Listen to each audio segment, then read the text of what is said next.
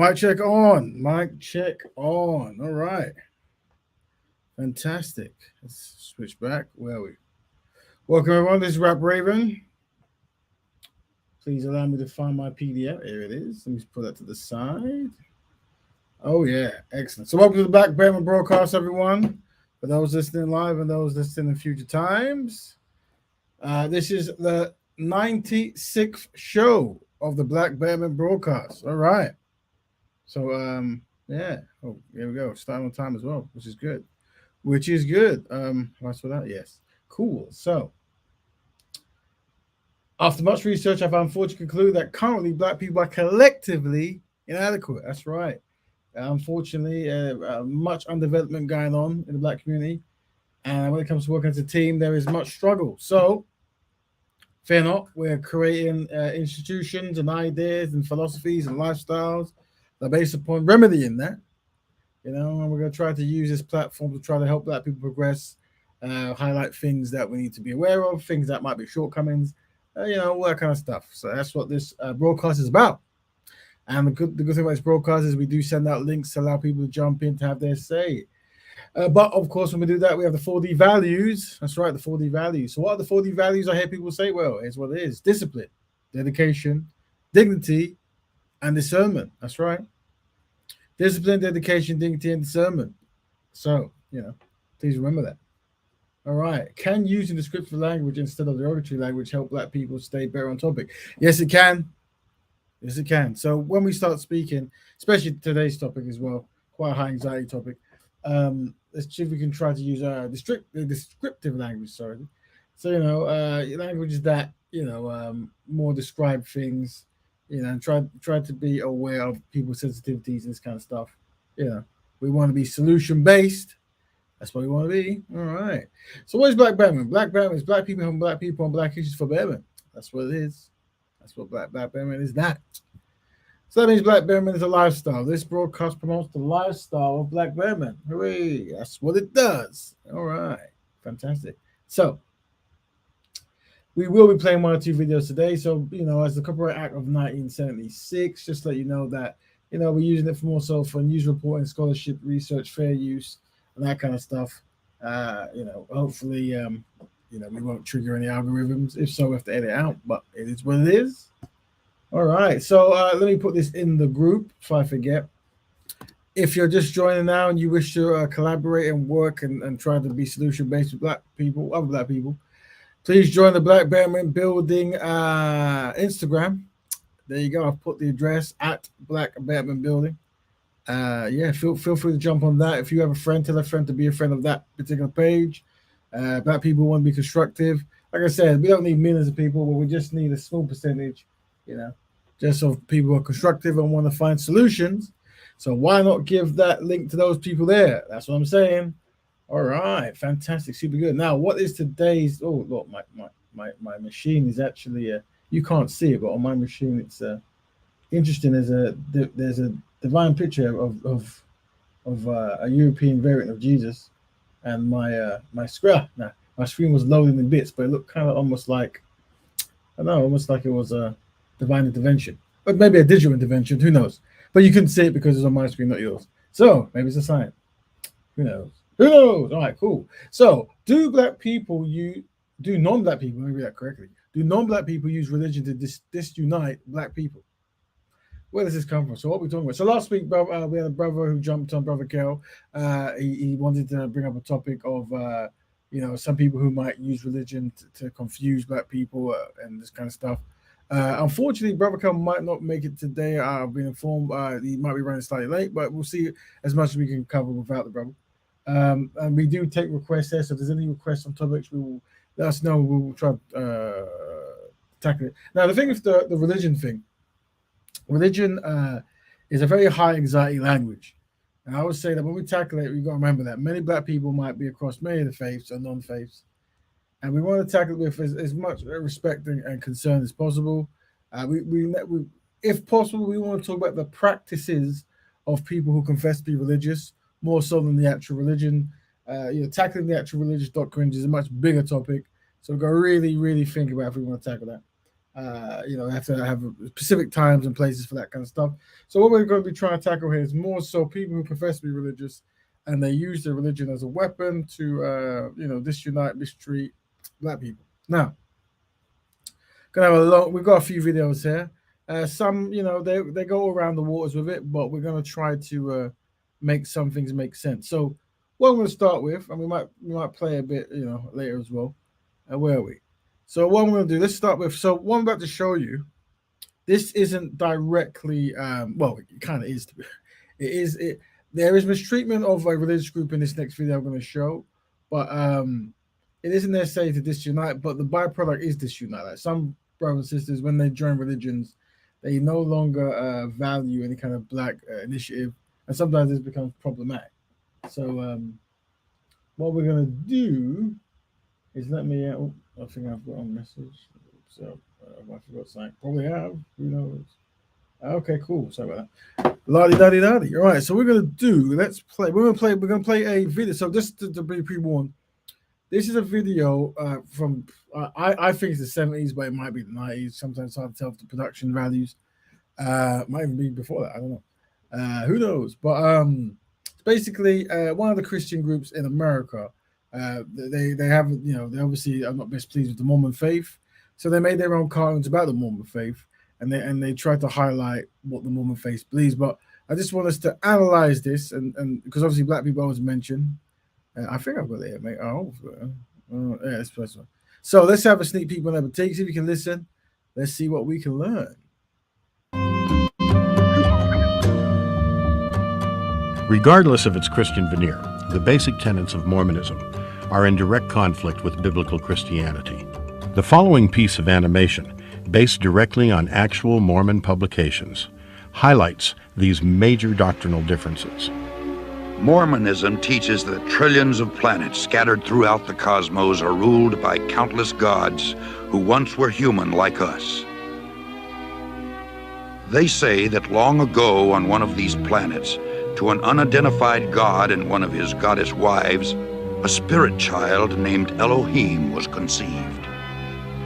This spirit child was later born to human parents who gave him a physical... So we're going to use this case study. Just notice the this subtle, not really subtle, but blatant, but we'll call it subtle. So obviously coming from the Mormons, they've already decorated all the characters of the important characters and what they look like, so you can see the kind of value system from a optic standpoint. Physical body. Through obedience to Mormon teaching and death and resurrection, he proved himself worthy and was elevated to godhood as his father before him. Mormons believe that Elohim is their heavenly father and that he lives with his many goddess wives on a planet near a mysterious star called Kora.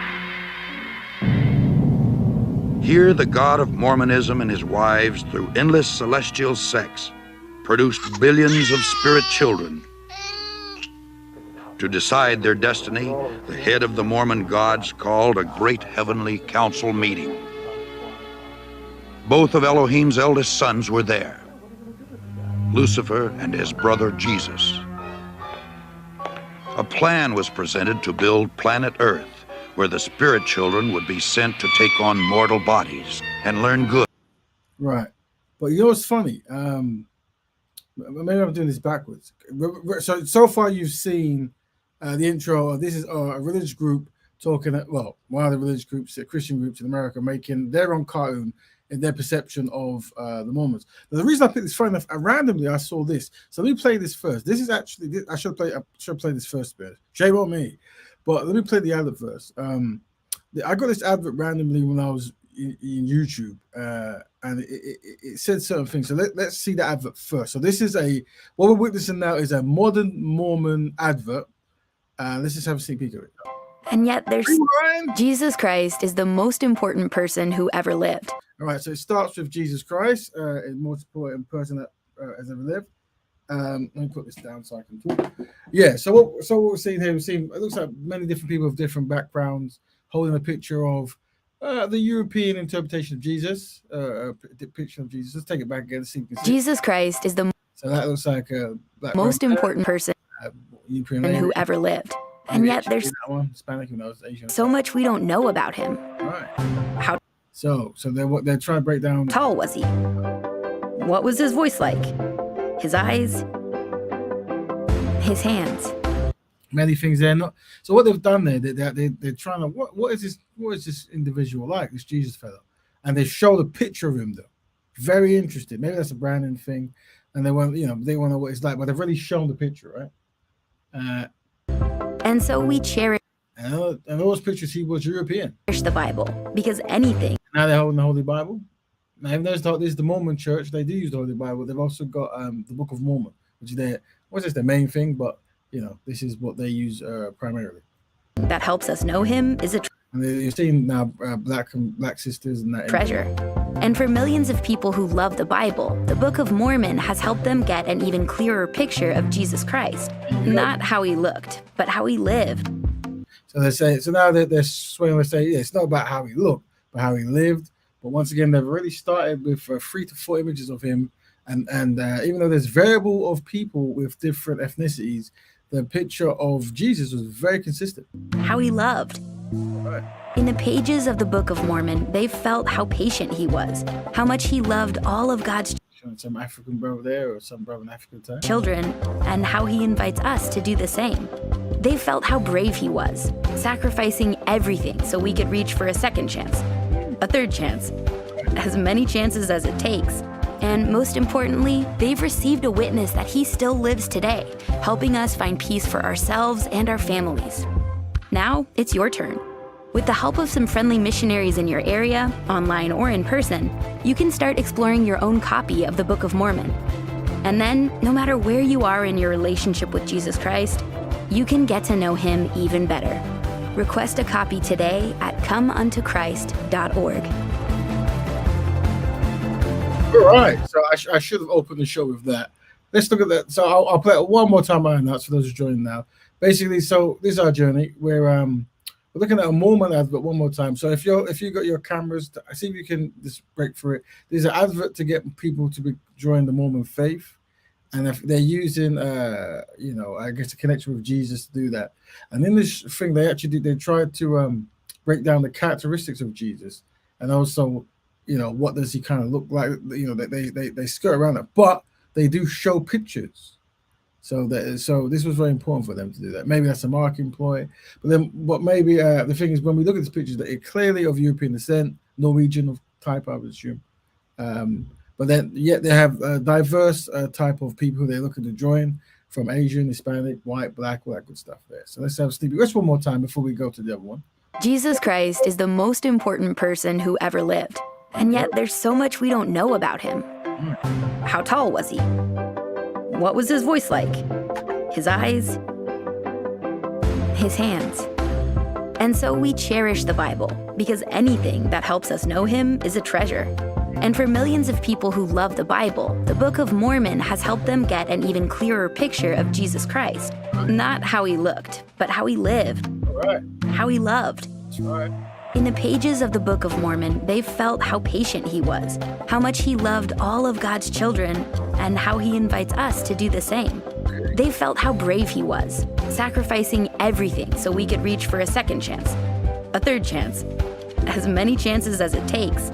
And most importantly, they've received a witness that he still lives today, helping us find peace for ourselves and our families. Now, it's your turn. With the help of some friendly missionaries in your area, online or in person, you can start exploring your own copy of the Book of Mormon. And then, no matter where you are in your relationship with Jesus Christ, you can get to know him even better. Request a copy today. All right, cool. So what we're going to do now we've seen the ad from the Mormon that came on YouTube.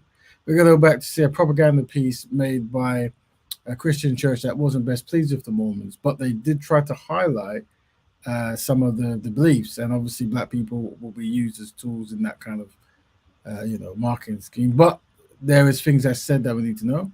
So let's have a sneak peek again. So we'll go back to the actual cartoon that came out in, I think it's the 70s, but it could be the 90s. Lucifer stood and made his bid for becoming savior of this new world. Wanting the glory for himself, he planned to force everyone to become gods. Opposing the idea, the Mormon Jesus suggested giving man his freedom of choice as on other planets. The vote that followed approved the proposal of the Mormon Jesus, who would become savior of the planet Earth. Enraged, Lucifer cunningly convinced 1/3 of the spirits destined for Earth to fight with him in revolt. So they're following they're in the Mormon teaching, according to the Mormon teaching, as well as the depiction by a rival group making a cartoon. Jesus and Satan, did they call him Satan? I can't remember. Were brothers, and they're trying to have their way over a planet and how it's run. And the devil, or Satan, isn't best pleased, depicted here with this man here. And now he's trying to get some of the other European-looking people to follow him. But pay attention to this, because this is where black people come in very soon. Thus, Lucifer became the devil, and his followers the Lucifer, not Satan. But there you go. Demons. Sent to this world, they would forever be denied bodies of flesh and bone. Those who remained neutral in the battle were cursed to be born with black skin. This is the Mormon explanation for the Negro race. The spirits that fought most valiantly against Lucifer would be born into Mormon families on planet Earth. These would be the lighter-skinned people, or white and delightsome, as the Book of Mormon describes them. So take that back. Now keep in mind, this is a propaganda by a faith group that doesn't actually like the Mormons, but this is actually in their doctrine. So they just put it in a cinematic, cartoony way. Let's take it back to your head one more time of how, according to this doctrine, black people made. Let's reverse 14 seconds. Go, go, go. Denied bodies of flesh and bone. Those who remained neutral in the battle were cursed to be born with black skin. This is the Mormon explanation for the Negro race. The spirits that fought most valiantly against Lucifer would be born into Mormon families on planet Earth. These would be the lighter-skinned people, or white and delightsome, as the Book of Mormon describes them. Early Mormon prophets taught that Elohim and one of his goddess wives came to Earth as Adam and Eve to start the human race. Thousands of years later, Elohim, in human form once again, journeyed to Earth from the starbase Kolob, this time to have sex with the Virgin Mary, in order to provide Jesus with a physical body. After Jesus Christ grew to... Has anyone seen this before? Because this is, if you haven't seen this before, it's only 8 minutes or so, but I can end it there. I think they go on to talk about Native Indians and this kind of stuff. But from this point on, it's just pretty much placed in a lot of biblical stories in the Americas with European-looking people, whatever. So yeah, I can skip that though. Yeah, it's up to you guys. Up to you guys. If you haven't heard it before, let me know if you want to see that. So basically, what we're doing here, we're looking at I got an ad for the Mormons, and today the Mormons were trying to obviously recruit, as all religions do, and they had a very snazzy advert, and the advert was talking about know Jesus through the Book of Mormon, and they were trying to say we don't know what he looks like, but they were showing pictures of Jesus. So it was kind of like interesting marketing, a very interesting way to do stuff. But once again, this is the same faith where historically, unfortunately, black people were not, were kind of described as lazy and all this kind of stuff, and for not getting involved in some kind of intergalactic war. They were cursed with, melanated skin tone. I really question stories like, I think all faiths have the right to have their own stories and supernatural tales and stuff. And maybe it's correct. Maybe this is correct, or maybe not. Who knows? But what I do understand is if a person is writing it and they write it at a certain time and they're making things up as they go along, not that I'm saying this is made up, you tend to find that the cultural bias at the time will influence the writing, and it seems that might be here. When the Mormons was revealed, there was much mistreatment of black people, and you that's kind of sustained in the writing, but could be wrong. Maybe that's actually what happened. Who knows? I don't try to talk on religious doctrines. Don't really do that. Not my thing, really. And despite what it is. So we started there with that. And what we're going to do now is what we're looking at. What's this? Let me just check what this is. Hold on. As brought to the table, especially from 1492 when the Muslims or What's this? their Oh, here we go. identities, Yeah, etc. so we're gonna do this. Is this is rough talking about it's a show. It's a channel called Mandim, I think. Good name, and I think it's just some black people and black Muslims talking about, I think, racism amongst within the Muslim community. I'm assuming, something that they face. So let's have a sneak peek. Listen at this. Once again, we're listening to people's testimony and stuff. We're not necessarily trying to critique people's religion. Most of the practice of people who confess they follow the religion, most religions, apart from maybe the Mormon one, to a certain degree, um, do promote that you shouldn't mistreat people based on race and color. But unfortunately, some people don't follow that. And I guess today's topic is how do religious people use their religion to disunite black people? So I'm just gonna let's have a little testimony here. table. Have a listen. Especially from 1492 when the Muslims or the Moors were destroyed in Spain. The first wave of people that went to the Caribbean islands came from Spain itself. This is before they even went into West Africa. So the first populations that were enslaved in the Caribbean islands were Muslims.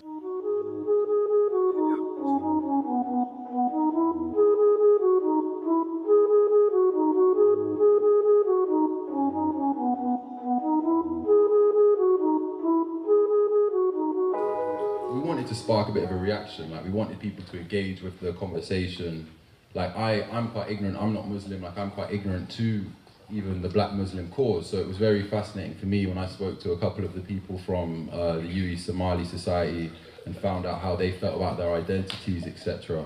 No white person's better than a black, no black better than a white, other than with your actions and through your piety.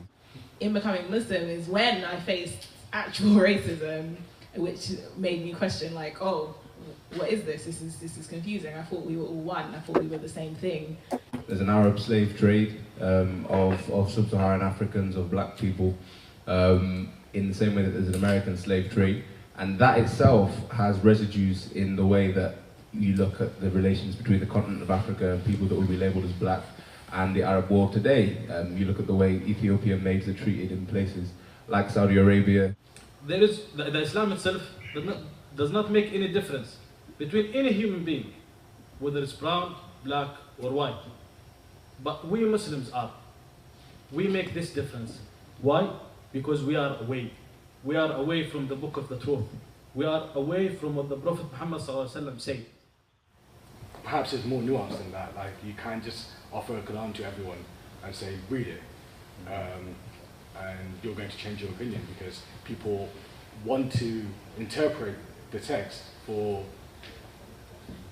their own agendas, and being racist is one of them. I think we have to kind of question race relations and the question of, does Islam like black people, beyond just what the Prophet said and beyond the text and beyond the fundamentals of the religion. So my issue with, even when we speak about on Twitter, that does Islam like black people, people are always like, oh yeah, Islam is not racist, which is actually true, yes, but Muslims are, and Muslims don't really kind of think about black people when we talk about Muslims.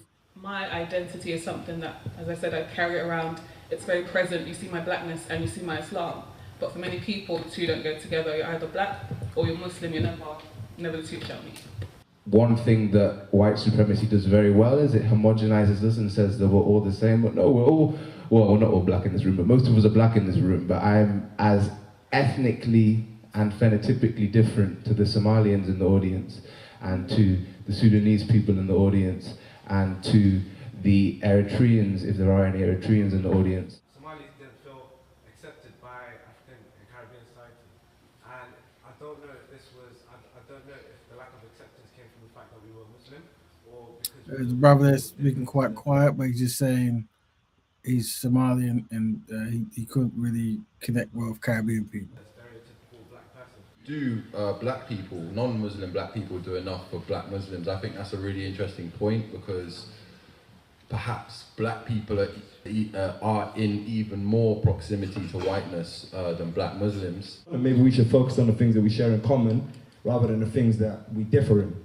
Because we'll actually find that, whoa, there's so much more that we have in common than these little things that we do differ on. Like, there's white supremacy, and it's strong, and it's destroying the globe at the moment. I'm not gonna lie.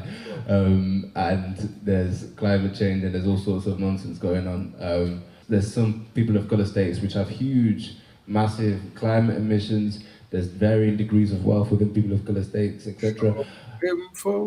But there are Muslim states who are suffering hard under white supremacy and who are at the bottom of the rung. There's places like Yemen, which is going through one of the worst humanitarian crises in the world at the moment, and which is really in a bad state. The whole continent of Africa, from Somalia over to Nigeria, over to Niger, is currently impoverished and is getting exploited by states like the UK, like France, like the US, etc., for resources, for all sorts of stuff. And if we're gonna fight this, then there has to be some kind of united front.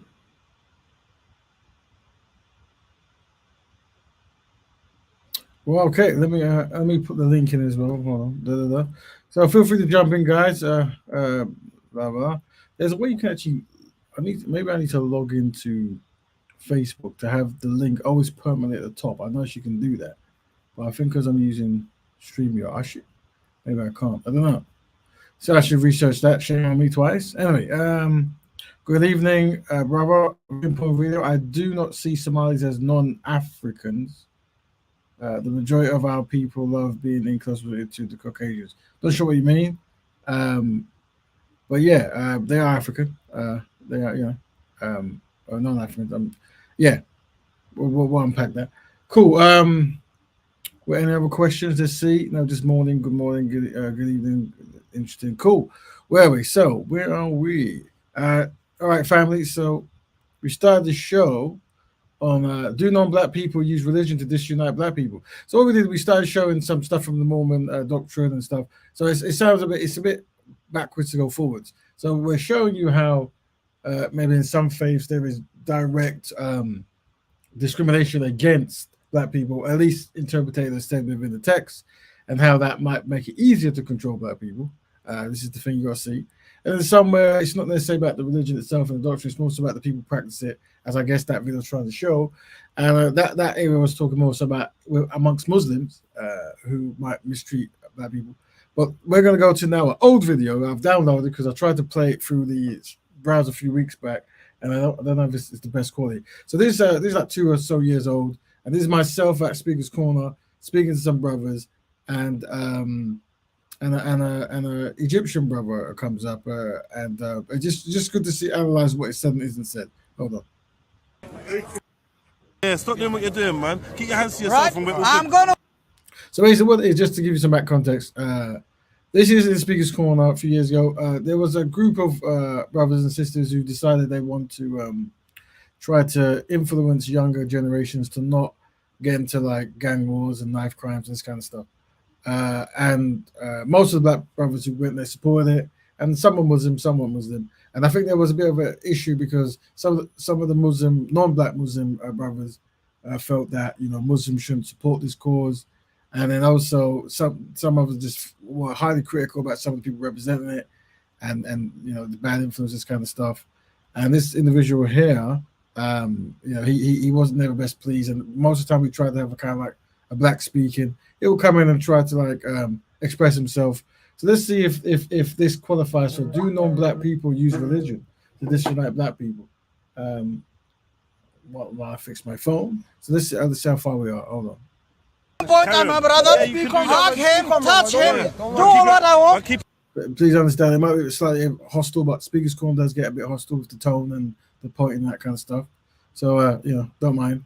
I've also posted a link in the group. Feel free to join whenever you feel, so we can jump into topic. Remember, this is, even though we're talking about religion, we are talking more so about the people who use religion rather than the actual religions themselves, because that is just high anxiety topic and we ain't got time for that today. I'm a free man. You can, but keep your hands to yourself. So do not control me. I'm not controlling you. Just don't touch me. I'm not touching you. You're not touching me. You're not touching me. You think you can bully people and do what you want?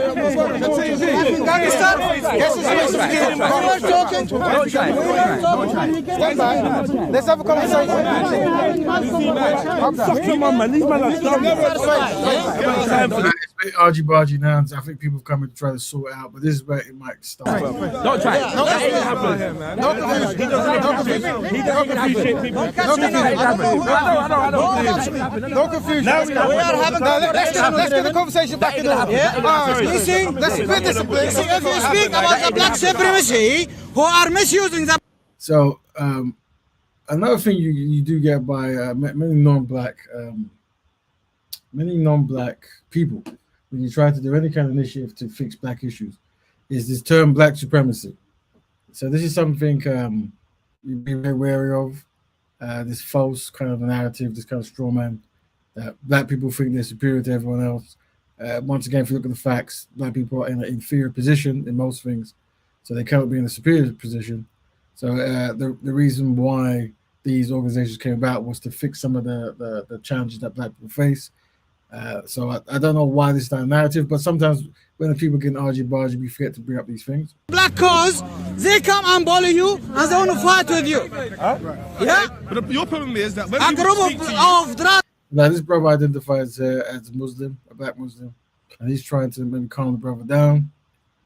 Now there should normally be respect between Muslims and Muslims, and you do see it in the park. You do see it between all faiths, but I think when it comes to disagreements and arguments about these kind of topics, you do find that some Muslim individuals look past the other salat and greetings from other black brothers. Who knows why?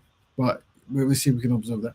Addicts are not going to represent the black cause. Okay. The black cause need serious and genuine and honest people to represent it. So once again, this thing of trying to dictate who should represent black people from a non-black person. I mean, at this point, they don't really see that as even ironic or anything. But let's have a listen. If you want to represent the black cause, that's my argument. Even though this was 2 years ago, this is quite a consistent thing we see throughout the ages and times, and it still goes on today. Especially now, on the digital space and Speaks Corner and other areas. You'll see. Yeah. And you're going to choose them for us, yeah? Who are you to say? This is my opinion, my friend.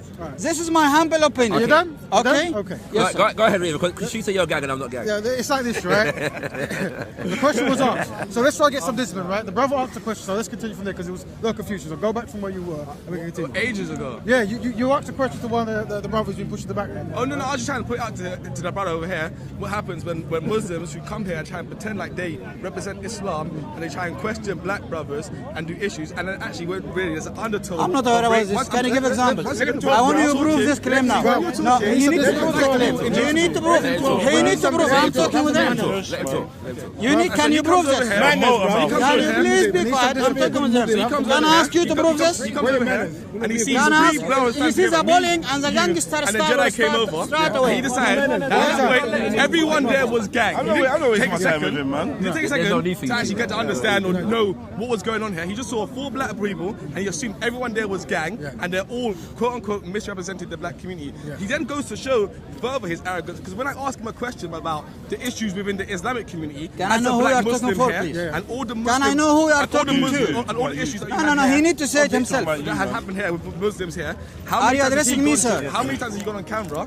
And how many times has he gone and spoken to the Muslims about the issues in their community and how they're misrepresenting Are you addressing me now? Directly? May I ask you? I'm talking directly to Raven. You're not addressing me. I'm talking to Raven. Chill. You are talking about me? Let me talk, bro. Let me you jump in one time. Okay, because I have the right to defend and reply. He's let me make a statement. Yeah. Okay, go ahead. So he there go further shows that because he didn't even want to answer that question about Islam. He skipped over that question. Which question? And then jumped over to talking to you and then talking to you and he's like, I don't want to talk to you. I have like this audio, bro. the term of the conversation. Very confusing, brother, at the moment. This you do see this kind of behavior a lot. But let's continue observing. It's case study. Because only he has a right to question gang, and if you don't talk quote unquote for gang, there's not really a conversation at one point. I don't think he's listening to what brother Scattered Mind saying. Big up Scattered Mind as well, good brother. Well spoken, brother. He doesn't have any interest in your opinion. And because of that, I would say personally, from my perspective, his Muslim it's not going to help the black. So today's topic, just so you know, is do non-black people use religion to disunite black people? It's something that we have seen in Speaker's Corner, and we're trying to just collate some videos to see if we can see it in practice and the benefits and why it happens and what to do about it. Remember, this is more so about the individuals and not their religion. We don't have time to tackle the actual faiths and stuff, more so the practice of the people. Most religions tell them not to mistreat people based on race, but many people ignore this, especially as it pertains to black people, for some reason. Not the most. Behavior, and we can have a constructive conversation without him, because I really don't feel like he actually. Please note that the link is in the forum, so if you wish to jump in, you just click. We originally had Brother Kel who was going to cover this topic, but I think he's running slightly late, so he might not be able to make it, but not to worry. If he can't make it, we'll continue another time. He understands what other people are saying when they speak. He just wants to talk and interrupt people. Exactly. Despite everything I've said now, Exactly. You are all agreed. I promise you, you are on his side against me. And you're he's not going to reply who to are you anything to I've decide? said, because he's not been listening this entire time. He's only been listening to what he wanted to say let's give him and his next response. How you know I'm not listening? He's asked some questions. How you know I'm not listening? First of all, I didn't hear the question. What is the question? That's interesting. How do you know I'm not listening? First of all, I didn't hear the question. What's the question? Very interesting. How much comedy value there, but we can't really. This is last round. I'm surprised. Last round. He just have finished. He didn't hear the What is the question? So you weren't listening. May you please kindly say the question? Okay. Yeah. I mean, I'm telling you. I mean, why What I'm saying is, let people speak. What so they is can the highlight question I have areas to go. skipped? The question You I are asked saying you I've skipped the directly question. was when you came over here, you came and questioned something about whether these are the right people to represent the black race or whatever it is, or the black cause. The black cause. However, in this part, I think Islam has the most disservice done to it So is by this a your bunch answer? of fake dawah guys and fake Muslims who run around acting like they represent the So deen, what does this have to getting do with into my fights, question? Getting into fights. Am I talking about the black cause? Why you are going to How many Islam? times have you gone I wanna to know- Muslim brothers and questioned them about how finish, they are finish, misrepresenting the finish. You already Islamic did as cause? well. That's the question I asked you. How many Okay. times have you done that on camera Have and you asked them finished? about the Islamic cause? It's a simple question. Okay, have you finished, sir? So man doesn't Are you done with your listen. question? Man doesn't listen to receive I'm information. listening. Don't jump. You see a very disrespectful method here. Big up I said the black intellect. Let's go, please. If you've still got the back. Welcome, bro. Peace and blessings, brother. Peace. Just gonna press play. I don't know if you're here this day, but have a listen and see if you can have your opinion afterwards. Just to respond. Have you finished the question? Can I answer now? May I answer? This conversation. Are you He's so rubbish at conversation. Are you interested to let me reply? Good, I reply. I heard you very good. I have heard you very good. If you're a person out there in any kind of faith group and you feel that in the faith group you are, people use the religion to manipulate you, to disable black people, to disunite you, or try to undermine you when you're trying to do stuff, feel free to jump in. The links in the group. We want to hear your stories. We're listening to 2 years ago Speaker's Corner, where there's an individual here who tends to get involved in a lot of black debates and talks and kind of causes confusion and doesn't really answer the questions. And he creates he created back then. Maybe he's changed today. There's an unsettling atmosphere and it's very off-putting when it comes to black people trying to do constructive stuff. And I want to answer back. They were finished. Go on. Okay, have you finished? Yeah, go ahead. Can I reply back? If you was listening to me, you I know was. when I was finished. I heard you. So you know I was finished. Yes. And I asked you, have you finished? You knew I What's your finished. name? What's your name? You knew I finished. Don't worry What? about it. Okay, You can call me man was no name. Captain. Have you finished? Have you finished? Was you listening to me? I was, yes. So did you know when I finished? Do you understand social cues in the conversation? Yes, and I want to make sure that I'm entirely finished. Intellect, brother, could you mute your mic if possible? When somebody stops speaking, that means they finish. So the question you're asking has already been answered. Okay, I'm listening. I'm listening. I want to reply once you finish. Oh, it's finished. So now you finished. A third time. Okay, I'll try to explain it to you. Yeah, because you say, when somebody stops you spoke talking, before I finish. when somebody stops talking, usually, right, that means they've stopped talking, and Okay. that means they finished. I'm going to reply, please. Now, I have spoken about the black cause. What this has to do with anybody else? Okay. What brought any other? Something to note as well when you're dealing with it could be any religious group or people group, whatever, but they really insisted to represent the black people and to dictate who should be leaders and followers and this kind of stuff. And they do it in an aggressive way. And they won't want to listen to anyone. That's why I would say part of the solution is to definitely not allow any non-black people in any kind of movements or lifestyles that's trying to find solutions, because dictatorship seems to be something that comes naturally there's a cultural reason for this. Please be aware of this. Any other element out of the question? I have spoke about the black cause, I found it and I am thinking, and maybe I'm wrong. Now it's my time to speak, isn't it? Isn't it my time to speak now? What's wrong with you? That's a question. Isn't it my time to speak now? Usually somebody else replies. Isn't it my time to speak? Isn't it my time to speak or not my time? Are you going to give me the chance to speak or not? You're right. Actually, nothing has been said in this whole conversation. And I say, God, be aware of time wasting as an actual weapon or tool. Now, I have spoken about the black cause. You have spoken about something other than the black cause. Why? Can I know? Okay. I can't answer that. No, you cannot. I will. He's gang. You are not. Originally, are you gang? Are you gang? Excuse me. You want him to answer on your behalf? Okay. If he wants you to answer, okay.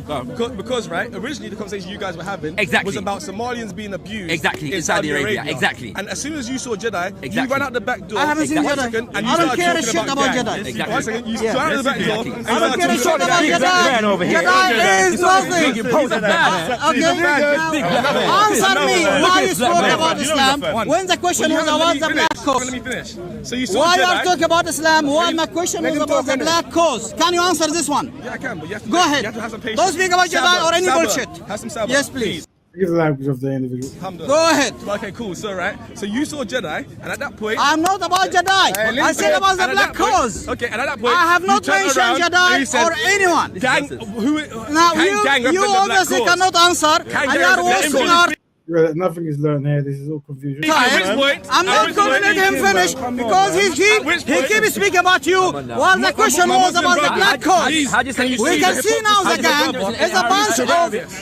You know, there's an individual in the background. He's not a black guy, but I think it reveals he came because he thought there was some kind of conflict or something. I think he talks a bit. This is here. I don't know who he is, but all power to him. Honest people who are abusing the black cause. We are for the black cause more than you. Even let anyone else speak. Full on Jahil, yeah. Let's educate the Jahil right Be appropriate. No, ignore him.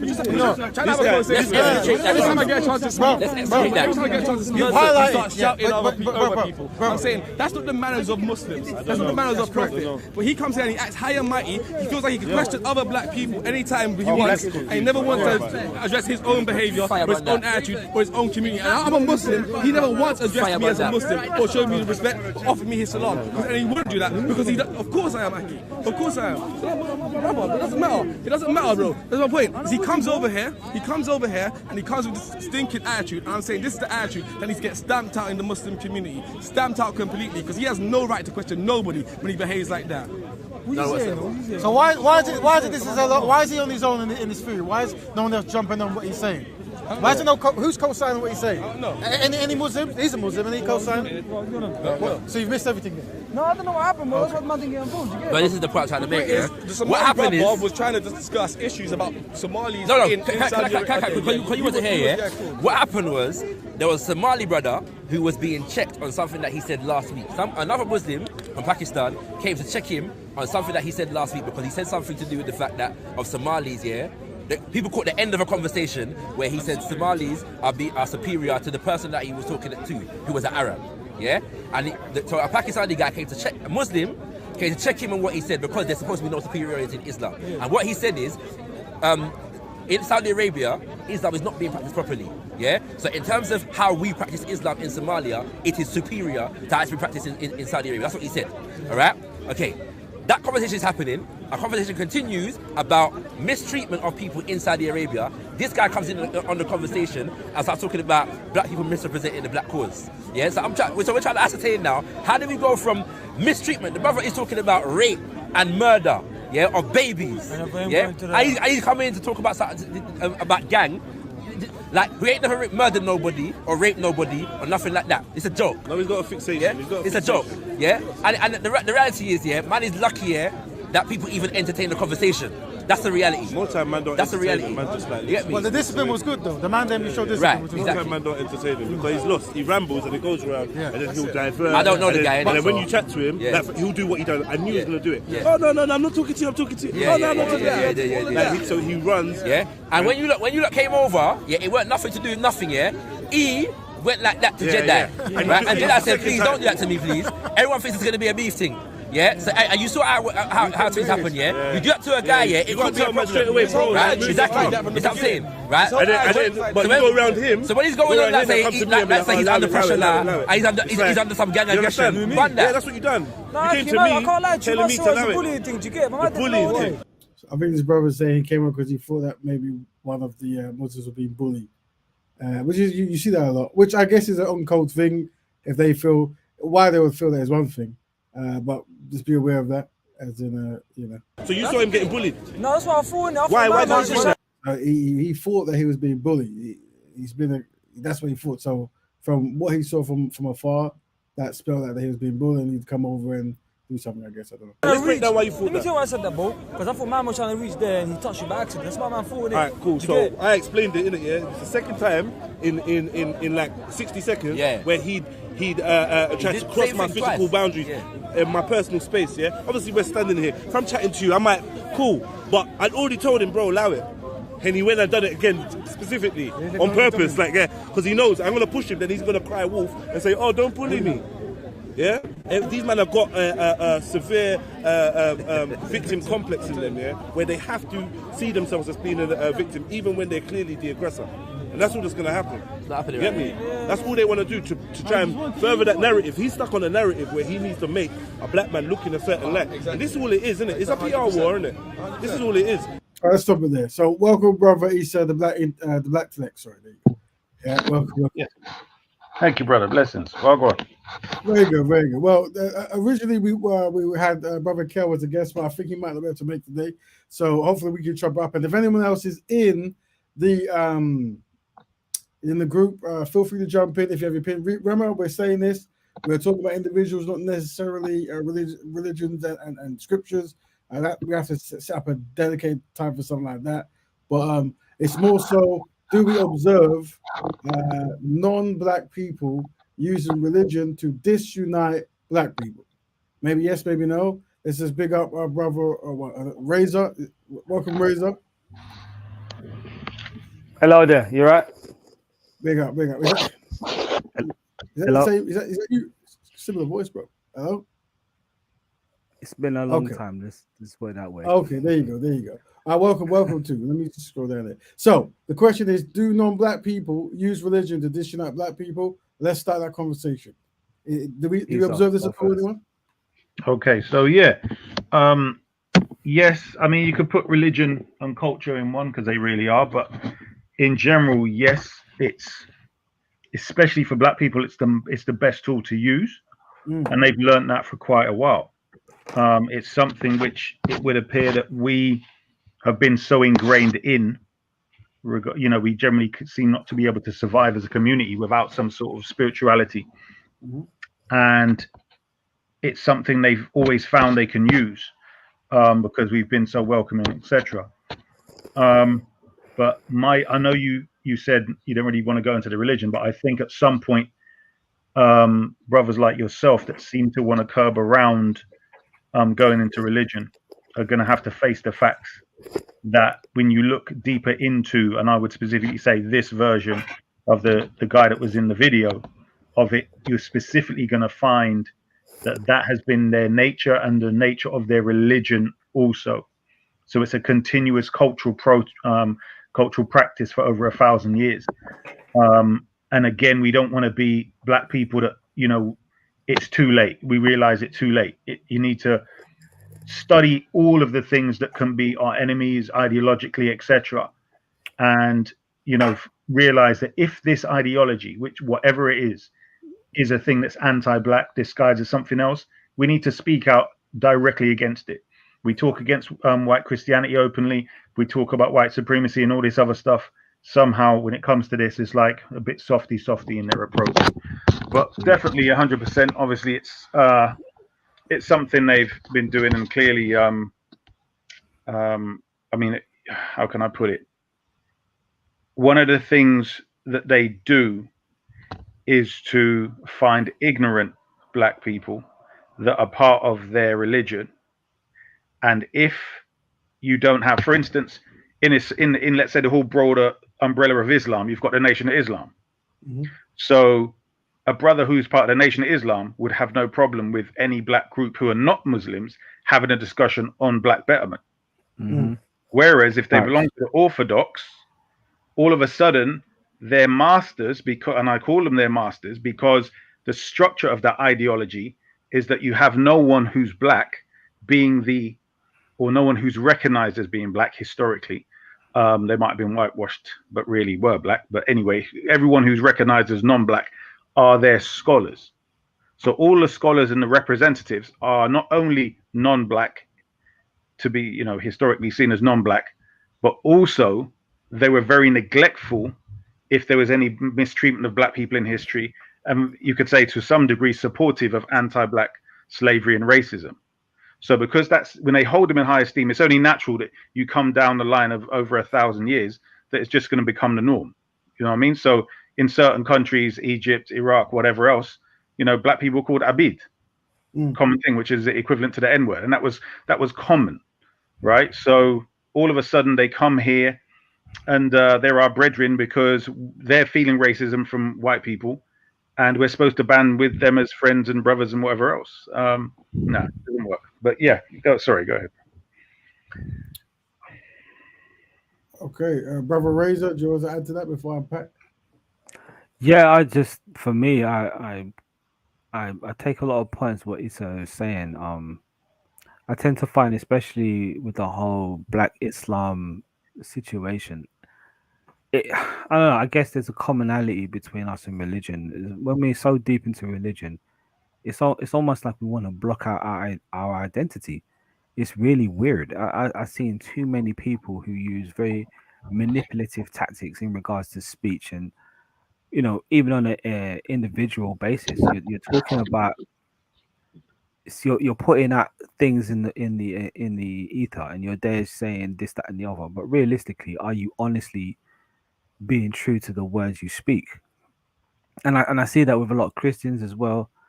I haven't really met none of these new school Jews who truly do not acknowledge any of the African groups that have been around for how many decades and centuries.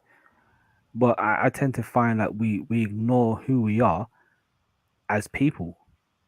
You know, I mean, I came up as a Catholic, and I guess I mean I stopped practicing when I was very young, but religion was a very personal thing. And it seems to me after 9/11, everybody's bloody religious now, isn't it? Like everybody's religious. And they use their religion as a source to insult, demean, and just speak a particular way. And it's very, not only is it very ungodly, it's very, very disingenuous. It's kind of nuts. I don't know. I just think there's a lot, especially the Egyptian guy you shown was the prime example of someone who probably was raised in a racist household. But looking at him, he's probably of a certain age, maybe late 20s or something. He accepted the ideology of how he sees the black African being in Africa. And he has no problem in feeling the way he does. And instead of actually talking straight and direct about how he feels, he wants to be demeaning, insulting, and speak to someone like they're less than a human being. I've seen that particular type of thing way too much. You know what I mean? I've seen it way too much. And also, just lastly as well, shout out to COE for actually. This is something I've known about certain Asiatic people because, like, if you look at me, I have a very Afro-Asiatic look, but the rest of my family are black people. You know what I mean? And I noticed this about a lot of Asiatic people. They have a very, very aggressive hatred towards black people in general. You know, I'm not saying all of them. A lot of them who understand history and certain social complexities, they understand what it is, especially when it comes to colonialism and history. But for the rest of them, they it's like they embrace what their parents and their grandparents have said, and they run with it. You know. But yeah, that's just me. Okay. Okay. Interesting. Well, okay. So let me just shift. So I've also got one video. It's a 2 minute video. It's just of a woman, Muslim woman. Let's see what she has to say about anything. Face in what are the challenges that you face in living in the UK as a black Muslim? I would say that representation within the Muslim community is definitely an important issue. Ensuring that we are, yes, holding on to our heritage, but also ensuring that we are committed to the values that Allah subhanahu wa ta'ala has set for us. I think that black Muslims also face other issues that other black people face as well, whether it's down to trying to advance in education or in jobs, and in other aspects related to that. And I think that that's something that is definitely significant for a lot of black Muslims. Do you think the black Muslim community are exposed to racism from the Muslim community? Definitely. I think there are hints of that. I think it's only now that we're seeing a lot of people taking note of that. I think these discussions have always been had. I would also imagine that they're very subtle things. It's not all out racism that I think black Muslims face. I think it's very subtle things, whether it's the expectation of what it means to be a black Muslim, whether it's, again, representation, whether it's, issues relating to marriage as well, whether it's tokenization. I know, alhamdulillah, a lot of people are aware of Malcolm X's struggles as a newly formed Sunni Muslim, Muhammad Ali, who of late as well converted to Sunni Islam as well, and Bilal radiallahu anhu as well. And so alhamdulillah, these are very formidable people within our histories, but often when we try to address issues of isolation or tokenization, these figures are pretty much used as a sort of shutting down of conversations that need to be had. Having said that, I don't think that's all that black Muslims experience. I think, alhamdulillah, we do have a wealth of solidarity, and alhamdulillah, it's wonderful to be able to see that there's so much distinction and colour and difference within the ummah that makes it very strong as it is. Yeah, I was feeling what she was saying. Oh, she's probably and well, to be honest, she was actually displaying the brainwashing that's actually going on, because she seems to not really see that the ideology that she's holding on to is clearly anti-black, and that the person she's speaking to is a supporter of the anti-black ideology. And this is the thing, that's a prime example of the use of their religion to disunite us, because there's this one foot in pro-blackness and one foot in anti-blackness with this specific ideology. Because isn't it interesting how the majority of black people that convert to this particular group find it very easy to follow their masters in disrespecting the Nation of Islam, but somehow have not been able to create some sort of a black movement within their own ideology. All of their so-called scholars and stuff are non-black and for all purposes anti-black. So yeah, definitely that's a prime example. So Brother Razor, you said that you said you have Asiatic background. That was your words, I believe. You said majority of my bloodline is, let's say, 80% Black African from the West Indies, but I have a little over 20% that comes from India. I've never really met that family in my life before. That's a whole other story. But everybody don't come through the same pathway, do they? No. Okay, so I probably misheard what you know. Oh, so what you're saying is you're from the Caribbean, but like with many people in the Caribbean, there's a mixture from different places. Exactly. And you have family that you're aware of that are from India. Yes. You feel that they're not really as close or connected to the black side, or there's the complete disconnection that's there. But again, without going into too much personal history, there's it's neither here nor there. I've never met them before. My dad's never met them before. It is what it is. I mean, it's my grandfather who's Indian, but other than that, I guess I do want to actually say something about the female that was speaking, because I think she was being very polite. She's being very polite, well spoken. I don't think she probably could have been she could have been a bit more direct, maybe. But I kind of get where she's coming from. But what Issa was saying about the type of brainwash, to a certain extent, yeah, I get it, because I've seen him among Christians who have a very color blindness, you know, and I see that with the Muslims as well. It's a weird color blindness. It's no, she's saying about heritage. So if she's saying heritage, is she talking about her heritage or her Islamic heritage? I don't know. Do you understand what I'm saying? Like, I don't know. It would seem from the context is Islamic heritage or Black Islamic heritage. But you know, a prime example was in the video where the guy was interrupting and trying to cause issues with Jedi.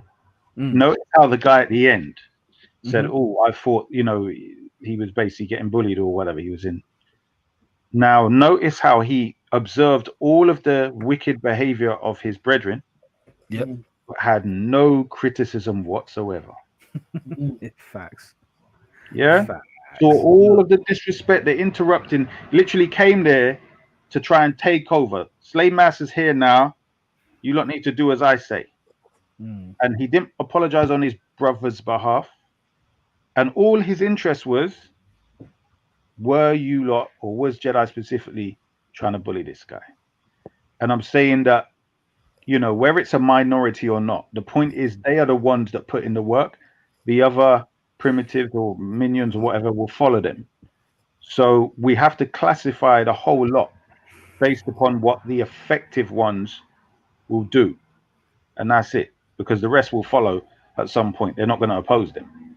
Right. And they're So definitely not going to switch sides with us. To us.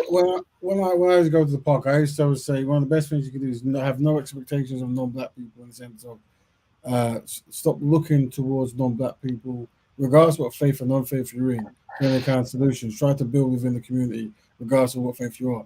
We're gonna play a video. I don't know how much of it. There's a Kenyan Muslim lady. I don't really know much about it. I just came across her page today. I think she's 2 years old. And I think she was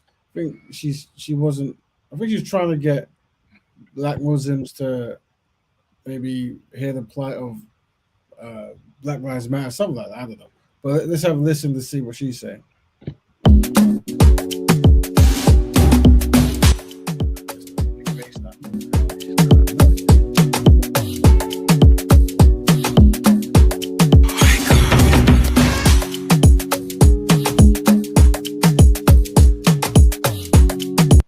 Very long intro. Hey guys, welcome to my channel. Hope you guys are doing amazing. If you're not subscribed to my channel, then I don't know for you. I don't know for you. I really don't know. What are you doing here? What are you doing here? I'm joking. Guys, welcome back. Everyone's got an opinion. If you want to join and have to say, please click on the link. It's in the group. Feel free. We listen to a Black sister now. Just talk about, I guess, our experience around about the start of COVID and with Black Lives Matter, I believe. How are you? How you doing? How's life? Stupid question, but you know, like recently it's been mad. It's been mad hectic. Like the world is going crazy, and I just wanted to check up on everyone and see how you guys are doing, because I've been. Should I be honest, or should I just sugarcoat everything like I always do? Let me be honest. Basically, for me, with everything that's been going on, it's been, I'm not gonna lie, it's been hard on me, on my mental health, because I already have anxiety. Yeah, I already have anxiety. I overthink about everything in the world, and and I'm already recovering from PTSD. So it's like, I don't need this. And with Corona, it's fucking people up. It's been fucking people up. Forgive her language. Yeah. And then you have now the whole movement of Black Lives Matter, and it irritated me to the point where I didn't have the time, or I didn't have the patience to explain anything to anybody, because I really didn't. I'm not here for it. I wasn't here for it, and I needed to take time off work, time off. Again, it's like this year I've just been taking time off because I've had enough. Like, I've had enough of people. I've had enough of the world. I can't do it. Anyways, I got wings next to me. I'm just gonna skip her eating wings. I don't know why she's put that in the video. Recently, on social media, real life, like, it was overwhelming for me. Because racism is nothing new. Like, I think from young age, I've always been exposed to. I've always wanted to know more and learn more for myself. And I wasn't born here, so it's hard explaining. But when I first came to this country from Kenya, not saying I'd never seen white people before or Asian people before, because Kenya was like multicultural. It was diverse. Like, I've seen white people before I came to this country. I've seen white people in the movies. I've seen them in the market. I've seen Chinese people. I've seen Indian people. I've seen, like, me seeing people from different races was nothing new for me. White people and Asian people used to get treated so special. And that was before I was exposed to slavery. Oh, the sister's from Kenya. She's saying in her country, Europeans and Asians are treated very special. Her opinion, this is what she said. Like, I never knew nothing about slavery. Like, I suspect when she comes here, the opposite will be towards her, but I don't know. Rights, I never knew nothing about that. So when I came here, that's when I was exposed to all that. Going to secondary school, going to primary school, you learn about Martin Luther King, Muhammad Ali, Rosa Parks, all those people that have made a big difference.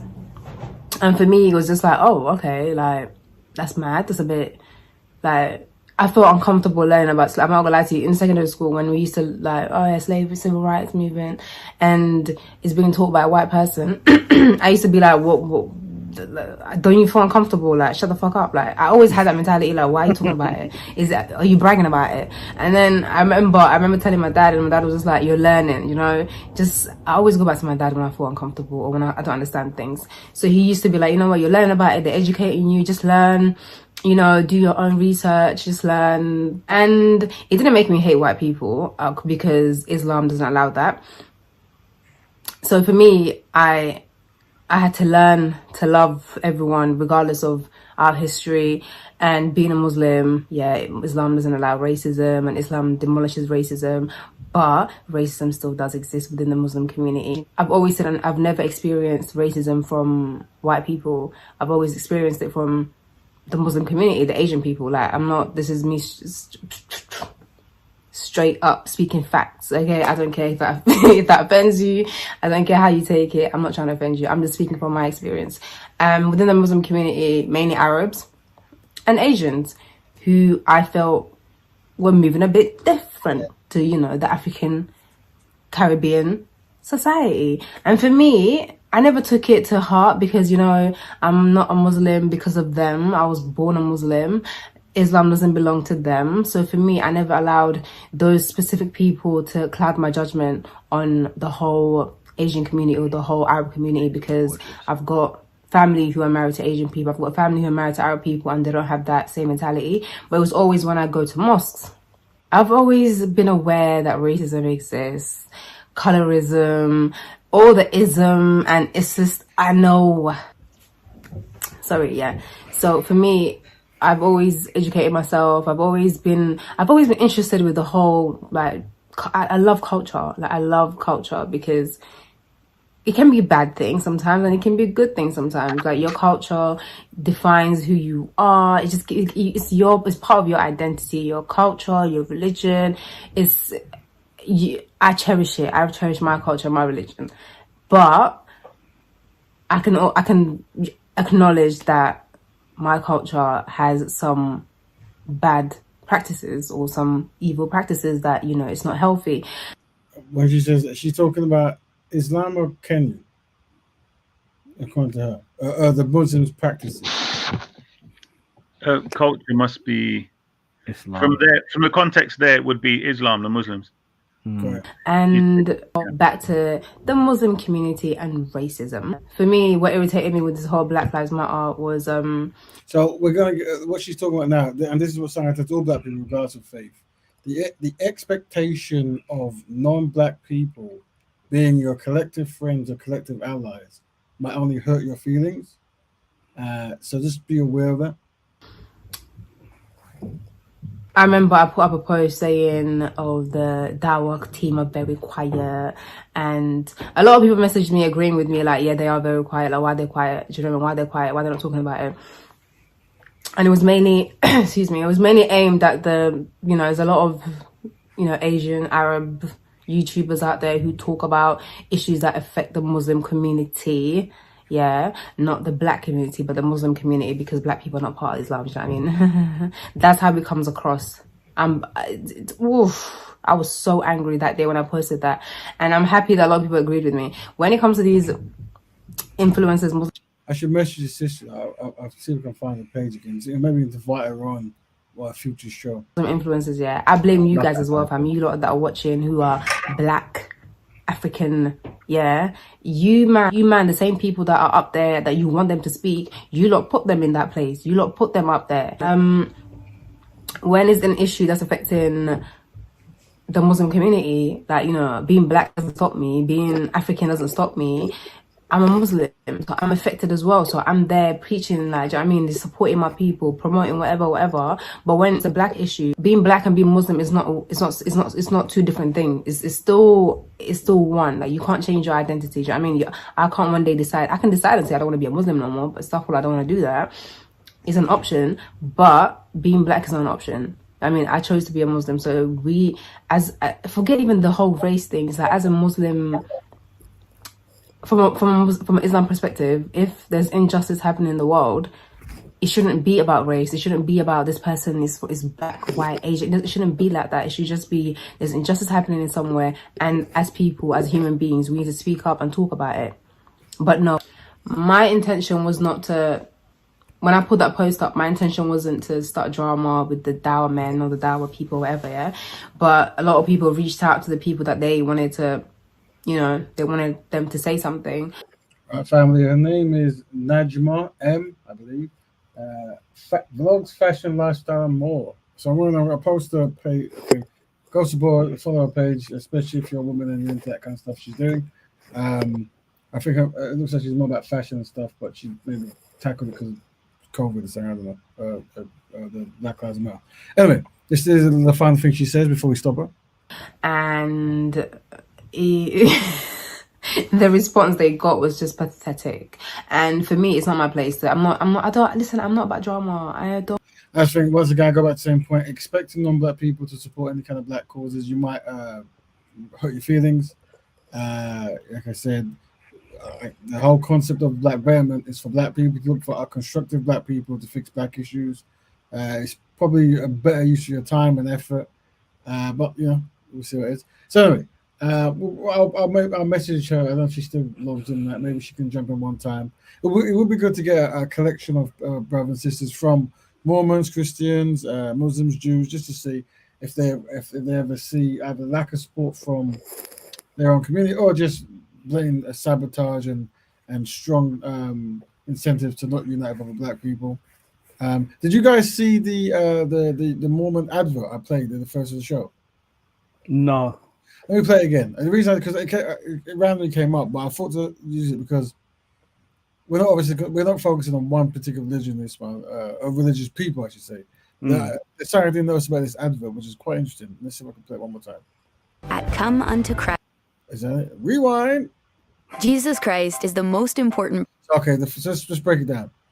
There's it looks like a light-skinned brother, maybe biracial, whatever it's, and he's holding a picture of a European Jesus, right? Jesus Christ. Now he's having one, depiction from a European standpoint is the most important person. Now the audio is saying most important person. There's another European Jesus Christ held by looks like a Caucasian woman. So different woman holding same kind of aesthetic. And who ever lived, and yet. And could be Asian. Yeah. Yes, like Korean, Japanese. Yeah. So they're going through the spectrum of some kind, Well, she also is holding a European Jesus with a son behind him. There's so much we don't know about him. How tall was he? What was his voice like? His eyes? His hands? Right, so basically they've showed 3 pictures of a European Jesus, and they're asked these particular questions, like, what is it? Who ever lived. And yet there's so much we don't know about him. So, but let's look what they don't know about him. Let's go. How tall was he? What was his voice like? His eyes? His hands? And so we cherish the Bible. Right, so, and what we have to analyze there is how Europeans and non-black people really, how they push themselves forward when it comes to representation and divine intervention and divine depiction. But yet, when you openly talk about it, it's not mentioned. But it is still used as a method to push forward this aesthetic. But even though their goal was to get as many people from all over the planet to follow this particular kind of way of life, religion, and stuff. Because anything that helps us know him is a treasure. And for millions of people who love the Bible, the Book of Mormon has helped them get an even clearer picture of Jesus Christ. Not how he looked, but how he lived. So even though they show 3 pictures of how he looked, allegedly, it's not important. How he loved. In the pages of the Book of Mormon, they felt how patient he was, how much he loved all of God's children, and how he invites us to do the same. They felt how brave he was, sacrificing everything so we could reach for a second chance, a third chance, as many chances as it takes. And most importantly, they've received a witness that he still lives today, helping us find peace for ourselves and our families. Now, it's your turn. With the help of some friendly missionaries in your area, online or in person, you can start exploring your own copy of the Book of Mormon. And then... Okay, cool. So, I don't know if you've probably seen this before yourselves. There was a rival Christian group in America. I say the 70s, but it could be the 90s. Or maybe 80s. But they weren't best pleased, I guess, with Mormonism just in general. So they made a cartoon about them and what they believe. But interesting, black people were mentioned. Now, obviously, this is done propaganda causes, but what they're saying actually is true to the doctrine. So we'll just skip to a certain bit of where black people are mentioned. Rewind. He took at least skin people. All right, so basically, thus Lucifer. I'll get a quick breakdown. Lucifer and his brother, according to the Mormons, Jesus, they're fighting over a planet. And they're voting to see who, the rules of the planet. So we'll skip that. Prove the proposal of the Mormon Jesus, who would become savior of the planet Earth. Enraged, Lucifer cunningly convinced 1/3 of the spirits destined for Earth to fight with him in revolt. Thus, Lucifer became the devil and his followers the demons. Sent to this world, they would forever be denied bodies of flesh and bone. Those who remained neutral in the battle were cursed to be born with black skin. This is the Mormon explanation for the Negro race. The spirits that fought most valiantly against Lucifer would be born into Mormon families on planet Earth. These would be the lighter-skinned people, or white and delightsome, as the Book of Mormon describes them. Early Mormon prophets... Right, so that says a basic skip to a certain point within the... now, this actually is doctrine, right? This is something that was written. So sometimes people, they have metaphors and so forth, but that's something that is actually in the Book of Mormon about black skin is explained through people groups not actually getting involved in a particular important war, and for not doing this to make them stand out, or to people who didn't fight, they will give a melanin. I'll just say on that bit. Apparently it's definitely not in the Book of Mormon, but it's apparently secret teaching that you kind of get when you reach a certain level. Apparently, so this cartoon that was leaked apparently was only shown to groups back then of white people when it was first made, and when blacks started to join, it would be keep that secret because we don't want to tell blacks. But obviously, it's been leaked now, so there you go. But yeah, it's not in the Book of Mormon that way. I was under the impression that this cartoon was made by a born again kind of or just evangelical, whatever, European Christian group who was at rivals with the Mormon group, and they made it just to highlight what was being practiced and believed and taught. From what I know, it's actually made by the Mormons, and it was showed. No, sir. It couldn't be. The reason why, maybe you might be because I haven't played the whole thing. You might be getting confused with something else. But the reason why the Mormons wouldn't have made it, because the style they do it talks about what they believe. So the way it describes certain people, and also through the styling of the drawing, is done in a somewhat negative way. The Mormon Jesus, for whom Joseph Smith claimed direct descent. Yes. So, for example, you see the narration. Listen to how they describe it. Watch. And Mary Magdalene. Through these wives, the Mormon Jesus, for whom Joseph Smith claimed direct descent. So once again, they're saying that Joseph Smith is the prophet of the Mormonism. No, that's just the way they talk, bro. I hear what you're saying. It's almost like a third person.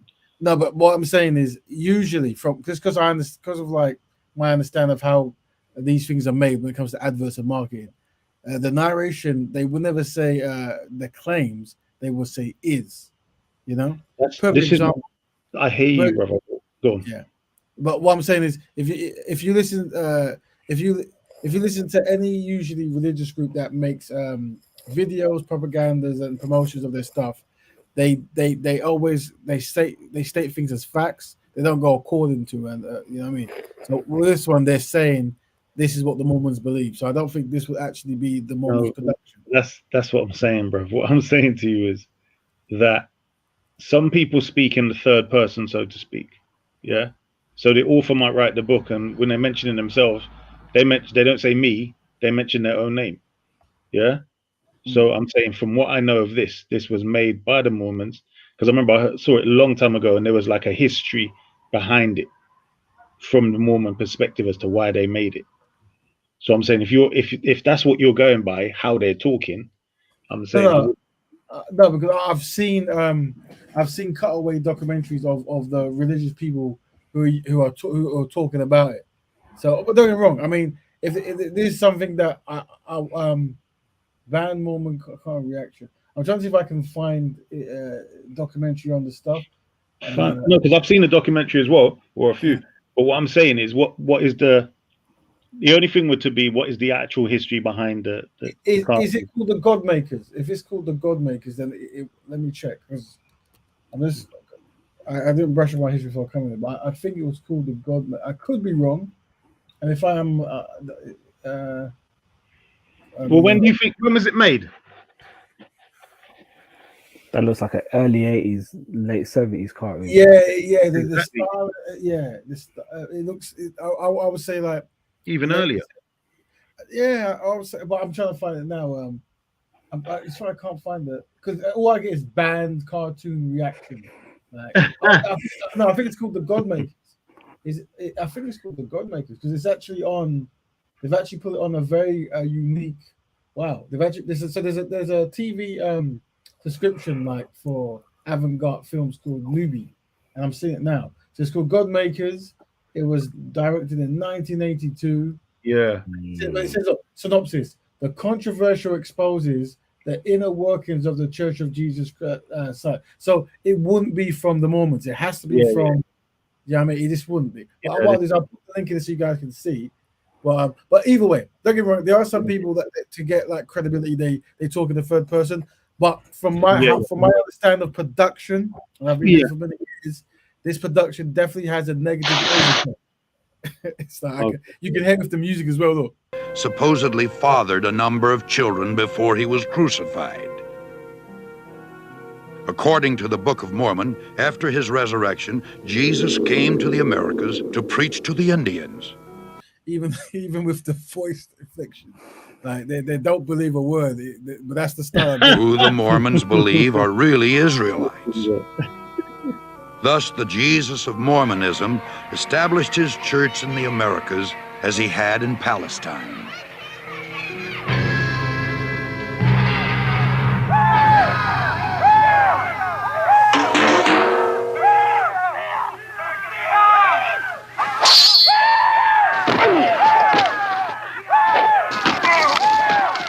By the year 421 AD, the dark-skinned Indian Israelites, known as Lamanites, had destroyed all of the white Nephites in a number of great battles. The Nephites' records were supposedly written on golden plates and buried by Moroni, the last living Nephite in the hill Cumorah.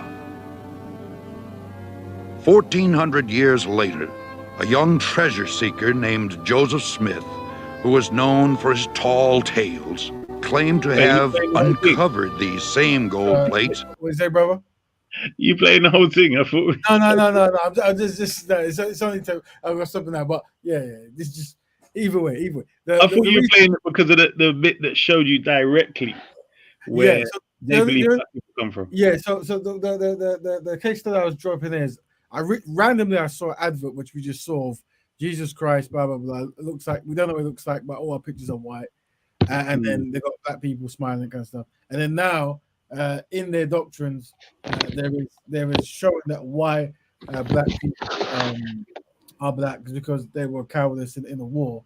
And also, I'm well aware that within the teachings, like with Mormonism, you couldn't actually become like a priest or like a high maintenance person if you wasn't European. And they changed that, I think, when in the 60s when black people got rights. I think so. So their faith kind of changed with the rights of the land because I think they could be persecuted. So this is, I mean, but don't get me wrong. I've spoken to many Mormons, and I would say of every religious group I've ever spoken to, just on a ratio wise, the nicest, most polite, full presentation I've ever come across is the Mormons, hands down. So I can't say anything there. But unfortunately, when I do mention about the like Brigham Young and some of his views and this kind of stuff, they usually keep quiet, and they usually don't want to talk about it. They're not best comfortable with those kind of things, especially when I meet black Mormons, which I've met quite a few, and I ask them why they do this. Say again. Where did you meet them? The funny thing is, I meet them in London. So when I used to travel around, I would meet like a woman, and like they invite me to a place, and I'll turn up. What they would do. But one particular point, he goes, "Well, would you like to meet me in McDonald's?" They told me, and I said, "Okay, well, let me just when I get lunch at whenever." I think like the next day or something, and then I met all of them, and I was interested, and it was them, and I said, "Make sure the brothers, they're the black guy." I was asking the questions, and obviously, they were quite silent. I mean, what they do is they send out young people to recruit, but obviously, a lot of these young people are not yet necessarily the best versed in, what they believe, whatever. So I didn't really get any answers at all. Did you see? I mean, for black people still joining Mormons, that's really it's disturbing. It's but to be honest, the thing is, I mean, I know Rep, you don't like talking about the getting in discussion with religion, but before you get there, when it comes to what I think what we can maybe uphold is if there's any kind of like scriptures that directly undermine black people, then that we can unpack that and see what's that about. But remember, I think here's the logic we're dealing with, right?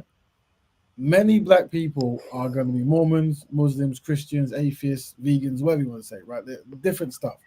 So when we try to find ways to unite and find solutions, because people's religion plays a big part in their self-identity and how they maneuver.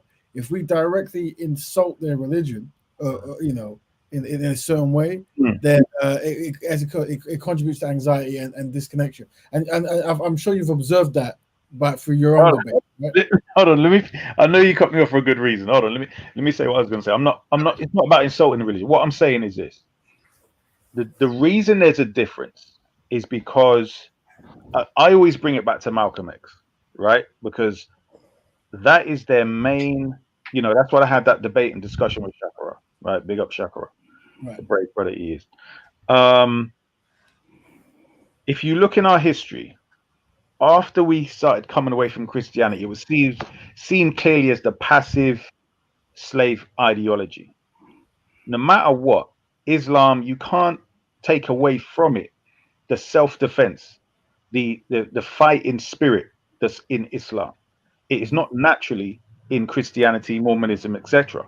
So because our thing is a fight for freedom and justice, it's always something that people can sort of, but if we're not going to go to the core of it, to buzz around like bees or like the electrons around the nucleus, right? So it has to be approached differently, because it's got the shape shifting. What, you know, if you come at it from the racism thing, right? It's like, no. The Quran says, you know, it made you all in different tribes and nations, and your complexions are signs, and all of this stuff. And the Prophet said, there's no superior of a black and white, a non-Arab and an Arab, etc. They've always got hadith and Quran to quote. So what I'm saying is that it's about who is the authority in this. So when you go back in the history, like you come in, what, 100 years after the Prophet, peace upon him, etc., there's a chain or a set of different chains of 4 schools of thought, etc., comes all the way down, and somehow black people converting now in the internet age, where we can research more information than those 4 imams, but we're still following their conclusions. How the hell does that work? And I'm saying these are the type of discussion we need to have with these brothers, because, and sisters, because they seem not to realize they've come into this thing and come right back to where they were under Christianity. But it's even worse, because they had white, blonde-haired, blue-eyed pictures of Jesus. And although they don't have the pictures of Prophet Muhammad, peace be upon him, the imagery they create via the culture and the, you know, just off the scent of the ideology, is that he's definitely not black.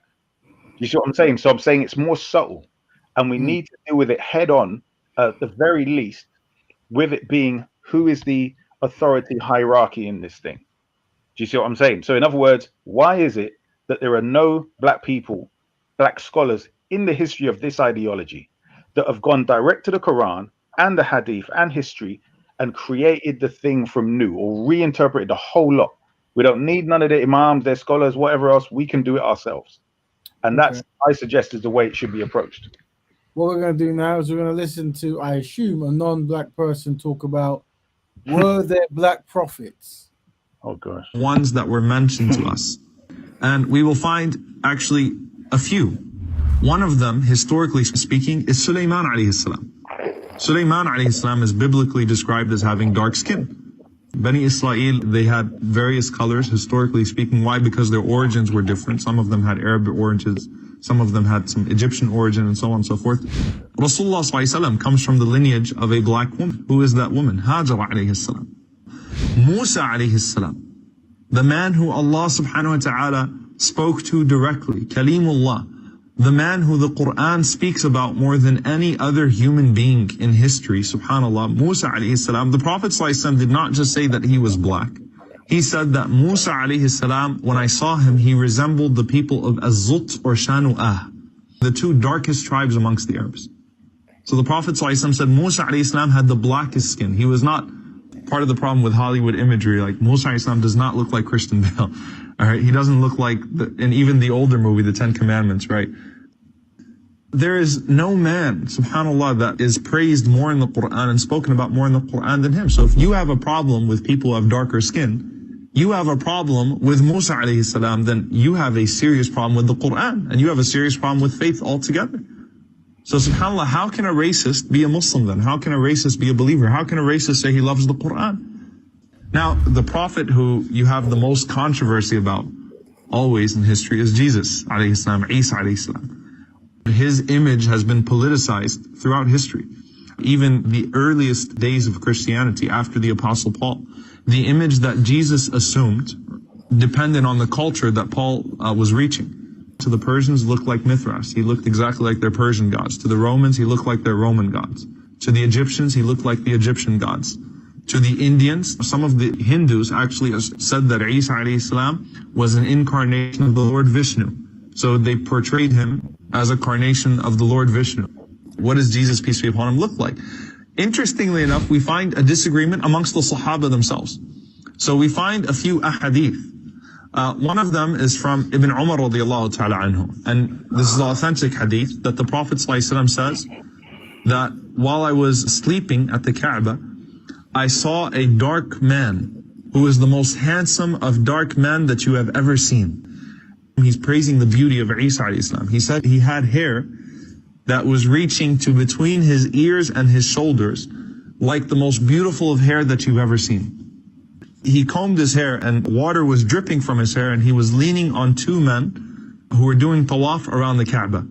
So I asked, I said, Man hadha, who is this? So they said, this is Al-Masih ibn Maryam. Then I saw a man with wiry hair and who was blind in his right eye, as if it was a floating grape. And I said, who is this? And they said, this is Al-Masih ad-Dajjal. This is the Antichrist. Ibn Abbas radiallahu anhu, though, he has a narration where the Prophet ﷺ says, I saw Musa, Isa, and Ibrahim alayhim salam, and Isa alayhi salam was of a red complexion, curly hair, and a broad chest. Musa alayhi salam was of a dark complexion, straight hair, and a tall stature, as if he was of the people of Azut. Ibn Mas'ud's narration says that the Prophet ﷺ spoke about the Al-Masih ad-Dajjal in front of the people, and he said, Allah is not one-eyed, while ad-Dajjal is blind in the right eye. Why? Because Dajjal will claim to be Allah subhanahu wa ta'ala. So he said, Allah is not one-eyed, ad-Dajjal is blind in the right eye, and he said his eye looks like a rotten grape. Then he said, sallallahu alaihi wasallam, while I was sleeping near the Kaaba last night, I saw in my dream, فَإِذَا رَجُلٌ. Okay, well, I don't know if you want to go on about that. We're talking about right eyes and stuff, but if anyone in the family, in the forums want to jump in, feel free to jump in, have your say. Today's topic is: do non-black people use religion to disunite black people? Are you from a religious group where you have observed this, or maybe this is not true? Let us know. Let us know. Brother Isa, and any opinions on the video just watched, if at all? Yeah, brilliant. I was actually going to mention the hadith, which he was, I think, was about to quote after this one. So basically, you've got two separate hadith. You've got three, let's say, three hadith in all regarding the color of Isa, right? And it seems the majority of non-black Muslims, if you like, Orthodox Muslims, seem to be okay with you saying Musa was black. No problem. And coincidentally, that coincides with the fact that he was part of Bani Israel and Bani Israel were enslaved. So that seems to be part of why they can accept that, as far as I'm concerned. Now, when it comes to Jesus, and because if you say Abraham was black, there's an argument. If you say Isa was black, there's an argument. But Musa, he was, enslaved with Bani Israel. So, etc. Right? But when it comes to this hadith about Isa, Jesus, the word used, remember, he said that the Prophet Musa, peace be upon him, was part of this tribe called Zut, which would mean they're like the Sudanese, what they used to call them in Arabic. They basically say tar, the word for tar, tarmac. So they're basically saying they're black, jet black people, right? And the word is Shadid al-Udma. Shadid means intense. And Udma means like dark, so intensely dark. The word Aswad means black, but it really means to absorb, right? That's what it properly means, to absorb things in. But so Udma means to be dark. Adam itself means to be dark in a sense, but Shadid al-Udma is intensely dark. The same term is used for Isa in a hadith. Now, so the one says he was red, which is white, Ahmar, which is, they call anyone that was light skinned when they came to Arabia, they looked red because the sun was, constantly burning their skin. So they had one hadith which says he's dark like Musa. Another one says he's red. So imagine in the presence of a companion, somebody says that the Prophet, peace upon him, said that Jesus or Isa was red. And this other companion says, Wallahi, the Prophet didn't say that. And this companion quotes the one we just heard about him being dark. Do you understand? So already in the time of the Prophet or just after, people are trying to promote what? The white supremacy idea using Jesus again. Do you see what I'm saying? So, and the thing is, the ones, imagine this, these hadith are actually either, depending on which what's the word, edition you get, in Bukhari, they're either on the same page or like what they call opposing pages. So when you open the book, when you open to that page, you've got one on this page and one on that page. So you can see them. When they quote the hadiths in other books, when they quote from that, which one do you think they use to talk about the color of Jesus? They quote the one which said he's red. And this conversation came up, and somehow they deduced that the one that said he was red or white was the one that they considered more authentic, despite the companion of the Prophet saying, Wallahi, the Prophet never said he was red. So the companion, who's supposed to be 100% trustworthy to narrate from the Prophet, peace be upon him, was not trustworthy when he swore by Allah that the Prophet didn't say it. So I always remember was that Speaker's Corner, there was an Arab individual from Saudi Arabia, I believe. I could be wrong. He dresses in that kind of way. And I remember he was talking to Brother Jedi, and I think Jedi made a comment saying, "Oh, it doesn't really matter because Adam was black." And the Arab gentleman said, "We have no idea what color Adam is, but he wasn't black." So that was very interesting. Yeah, I know. It's like, bro. You could make it up. I know. So I also was recording some some famous Muslim speakers of either Asian, Arab, and stuff. And there was one who he was giving examples of if someone is a Muslim, you should marry them, even if they are short, fat, black. Like he listed things that might not be appealing. You see. Yeah. And I don't, and he threw black in there. I'm sure he probably meant well, but maybe in his unconscious bias, through constantly seeing black as inferior, that's why these things come up casually, roll off the tongue. And I did notice this a lot. If you just type in black Muslims marriage or anything like that, you'll get some kind of ummah or scholar or whatever giving their opinion on don't mistreat black people. But when they expressed it, they kind of show their unconscious bias because I suspect they're raised in a culture where this is normal. Right? Well, this is, I mean, basically the general black community of Orthodox Muslims, so to speak, need to be called out for being cowards. Because they are witnessing this, and have been complaining on Facebook and elsewhere, and even saying, "Oh, we need separate mosques and all of this." And you kind of have masjids that are like that. So Somalis, West Africans, and it's although it's not set up with that purpose, it's kind of set up where we do things slightly different.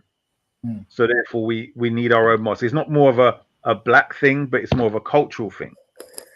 But it still doesn't serve the purpose of changing the black situation. So in other words, if you go to these masjids, all it's basically done is said, well, we're separate from being under their racism, but I'm saying what they do is not pro-black. So there is this big issue with just, and I'm saying the ideology in and of itself, as long as you're going to have these scholars and these people, even the guy that was the video you were playing just now, he can mean as well as he wants, but yeah, they don't come at it with the vehemency that's necessary for what's really going on. Do you know what I mean? And tell black people, because it seems like black people would listen to him obviously more than they would a black person. Yeah. Even if that person was a black Muslim, they need to tell black people, separate yourself from these people. They're literally anti-black. And one of the things I keep saying is the reason why they can do it so well is because of their language. They can be right in front of us and be discussing us and what they plan to do against us, and we have no idea what they're saying. And this is why they've become so efficient in their anti-black racism and organizing it, and allowed us to become sort of friends and brothers with them, despite them being anti-black. And because you put it this way, you don't, because I want to know, Rap Raven, what do you think about the Malcolm X issue, right? Because think of it like this: there are historical documents, and even the very name, the dictionary, etc., testifies that the word Krishna means jet jet black, purple black, right?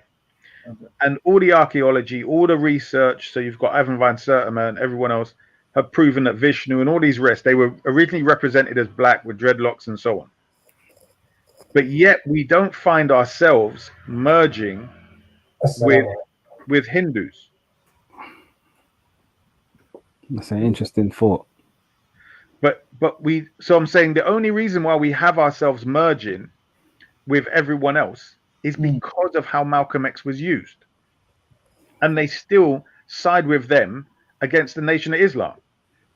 So they will say, oh, they say Allah came in the person of Master Farad Muhammad. I'm saying, well, the Sufis more or less say the same thing. And they were all of all complexions. They're basically saying, you know, Allah can basically manifest his spirit or himself into man. And they can, and the Quran has many verses which can be understood that way if you take them literally or on the face value. So the issue isn't really the teaching of Nation of Islam. It's more first that the community of non-black Orthodox Muslims are the ones that have first led the way to say Nation of Islam are kafirs, Nation of Islam are racist, and blah blah blah. Do you see what I'm saying? The world has become a global. No, so the question, the question you asked was, so did you ask a question, bro, about Malcolm X? Yes, yes. What do you think of Malcolm X? Because what I'm saying is, when you sum total up Malcolm X's effect, right? Obviously, he didn't know the future, right? I remember you were bringing this up in the past. Like, do I feel that indirectly Malcolm X has empowered non-black people with some kind of verbal tool to continue mistreating black people? In a sense of they've used, in other words, because of what he did say publicly to the media, as opposed to what he didn't. So from what I know, he never made that much of a big issue and spoke that much about his Pan-African plans and side of things. But what he did do was give what we can see now as too much information regarding his praise for Orthodox Islam and point to Mecca and Cairo, not Nigeria, not Ghana, not Timbuktu, Mali, etc. Do you see what I'm saying? He didn't point to, which would have been, you know, a good thing. But, you know, for whatever reason, he didn't, because I guess the schools of learning at the time were majorly Cairo, and people probably from Nigeria would have been going to Saudi Arabia and Cairo to learn. So obviously, if he goes to Nigeria and they're looking to there, then obviously he's going to follow them in that, innit? But my point is how it was taken was he's pointing there. So obviously the converts are going to look where? Malcolm X was the intelligent pro-black who left Nation of Islam, now points to this place, and he's also, you know, basically teaching that Islam is the solution to racism. You know, Orthodox Islam is the way to go. Do you see what I mean? And what I'm saying is that would you say that it is better for us to either only mention Malcolm X as the Elijah Muhammad created Malcolm X, or not really mention him at all as being our hero? So personally, as far as I'm aware, even the fact that we use the name Malcolm X, from a Pan-African standpoint, a Black Burman standpoint, as black people in general, we know his stomping ground literally was coming out of jail, hearing Elijah Muhammad's words and meeting the other brothers on Islam, and then going around that way. And then, you know, by the time he becomes a Sunni Muslim, unfortunately, he's murdered not too shortly after that. So, but what we have to understand is that is to be that.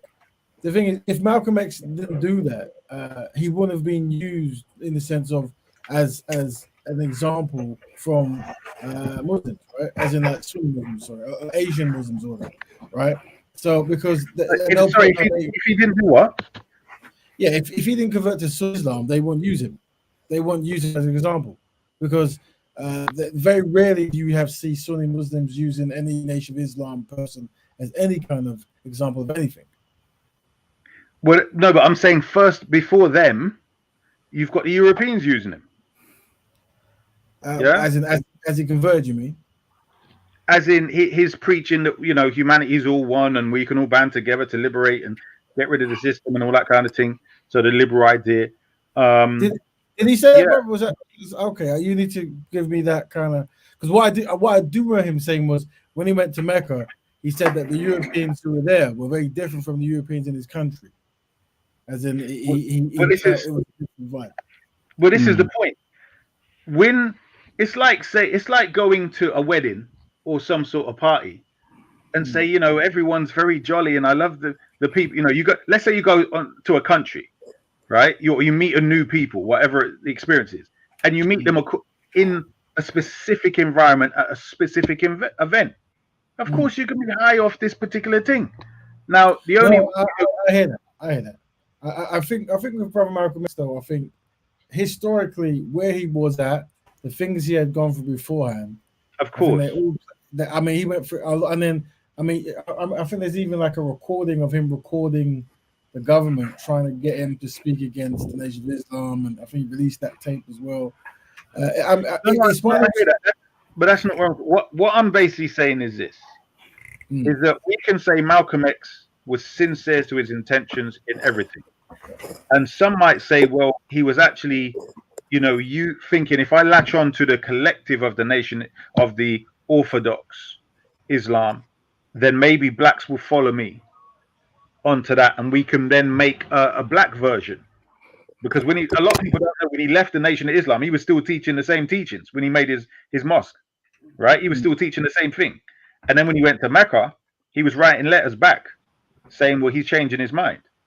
Do you see what I mean? So I totally agree, but I'm just saying it comes like we want to ignore these massive problems, but look at the detriment that's happening. Because at the end of the day, regardless of if they mention him or not, he is the one individual historically who a lot of these black converts and any others who, you know, maybe come from West Africa, Central Africa, etc., where they have Islam for a while. He's the main one that seems to legitimize Orthodox Islam for them. Do you get what I'm saying? For it to be, you know, that dangling carrot, you know, Islam's not racist, da da da da da. And I'm saying that ideology naturally is, because throughout its history, it's overseeing blacks mistreated. When you look at the Zanj slavery for how many thousands, you know, or black slavery for over 1,000 years, and where's the commentary from their scholars? They've overseen all of this and justified it. Somehow they've ignored where the Prophet speaks about the people who kidnap and steal free people and enslave them. They've ignored loads of other hadith, etc. Do you see what I mean? So I'm saying that's the ideology that they're coming into right now. So there needs to be, I would suggest, from the Pan-African community and then from the Orthodox black community, in which Malcolm X's words and certain things are actually corrected publicly. Because it seems that, you know, you lot are all, sorry, not you, but it seems like people are scared to do that. And it doesn't make any sense. Because the most impactful, when you look at it, if you look at the boots on the ground, most people, gangsters, whoever, have an affiliation for Malcolm X and Islam for parts of it, right? So this is why I keep talking about this ideology, because it's the one that will actually put work in. Do you get what I'm saying? It's a very practical ideology. And I'm saying, you know, at the end of the day, you'll need to speak on it. So this is this is him talking about Pan-Africanism and saying the Organization of Afro-American Unity sees the only hope for the black man in America in a strong Africa, and the necessity of the Afro-American becoming inseparably linked with the overall program that's existing on the African continent. The two problems must be solved together, and the two forces must go forward together. And so the Organization of Afro-American Unity has a program to link the Afro-Americans with the Africans and the Africans with the Afro-Americans. When I say Afro-Americans, I mean those throughout the entire Western Hemisphere. This is our only hope. Our hope is in a strong Africa. And when Africa is strong, our position in America will be one of respect. But if Africa is weak, we will never be in a position of respect in America. They used to have a saying that one doesn't have a Chinaman's chance. But they don't say that anymore. They used that expression back when China was weak. But now since Mao Zedong has been successful in making China a strong country, The Chinese have more chance than anybody else. So this thing has become outdated. Well, just as it took a strong China to give a Chinese person respect wherever that Chinese person is found on this earth, when we get a strong Africa, the person of African origin or African ancestry will be respected any place on this earth, even in America. But he will not be respected in America until Africa is strong, just as the Chinaman wasn't respected abroad until China became strong. That's something he mentioned there. But I do hear what you're saying, and I do agree to an extent that the things he says will be used. It's very difficult because when you actually hear him speak, like it's so impactful. Like the words that he says are so precise. I don't know. I'm just saying something needs to be done, and he is to me he's the main figure. He's the main person. Back when the movie came out and Denzel Washington played the movies. Remember, this was before the year 2000, and there was so much talk about the world ending. Right when there was mass conversion of Afro-Caribbeans. This was the movie that really influenced everything. And then there were rappers, as you know, that had Malcolm X, rappers, all of these different things. Malcolm X was the main man. And you didn't have a separate type of Islam, Orthodox Islam, which was a Malcolm X type. And the reason why you can't have that is because if you're an Orthodox Sunni, you're following these 4 Sunni schools of thought, or one of them. Or even the Salafis, which is, and again, you're going back to mulatto Arabs, who, again, all of them are anti-black. So you sort of like, you're still under their umbrella, no matter where you're going. And that needs to really be dealt with. There needs to be a psychological revolution amongst these people. Man. Well, it's trying to keep Afro-Black centered is important, and there's many people who do use. I mean, it's kind of similar to how Europeans would use Martin Luther King, like "I Have a Dream" speech, or whatever, but they'll never use the burning house speech, right? They'll never use that one. So what you find is non-black people will use any kind of black person as a tool to maintain any kind of power structure or dominance or ideology, consistency, whatever. And this is what we see, like it's control position kind of technique. But the thing is, Malcolm X has done, like I said, the Malcolm X I know is the bow tie Malcolm X.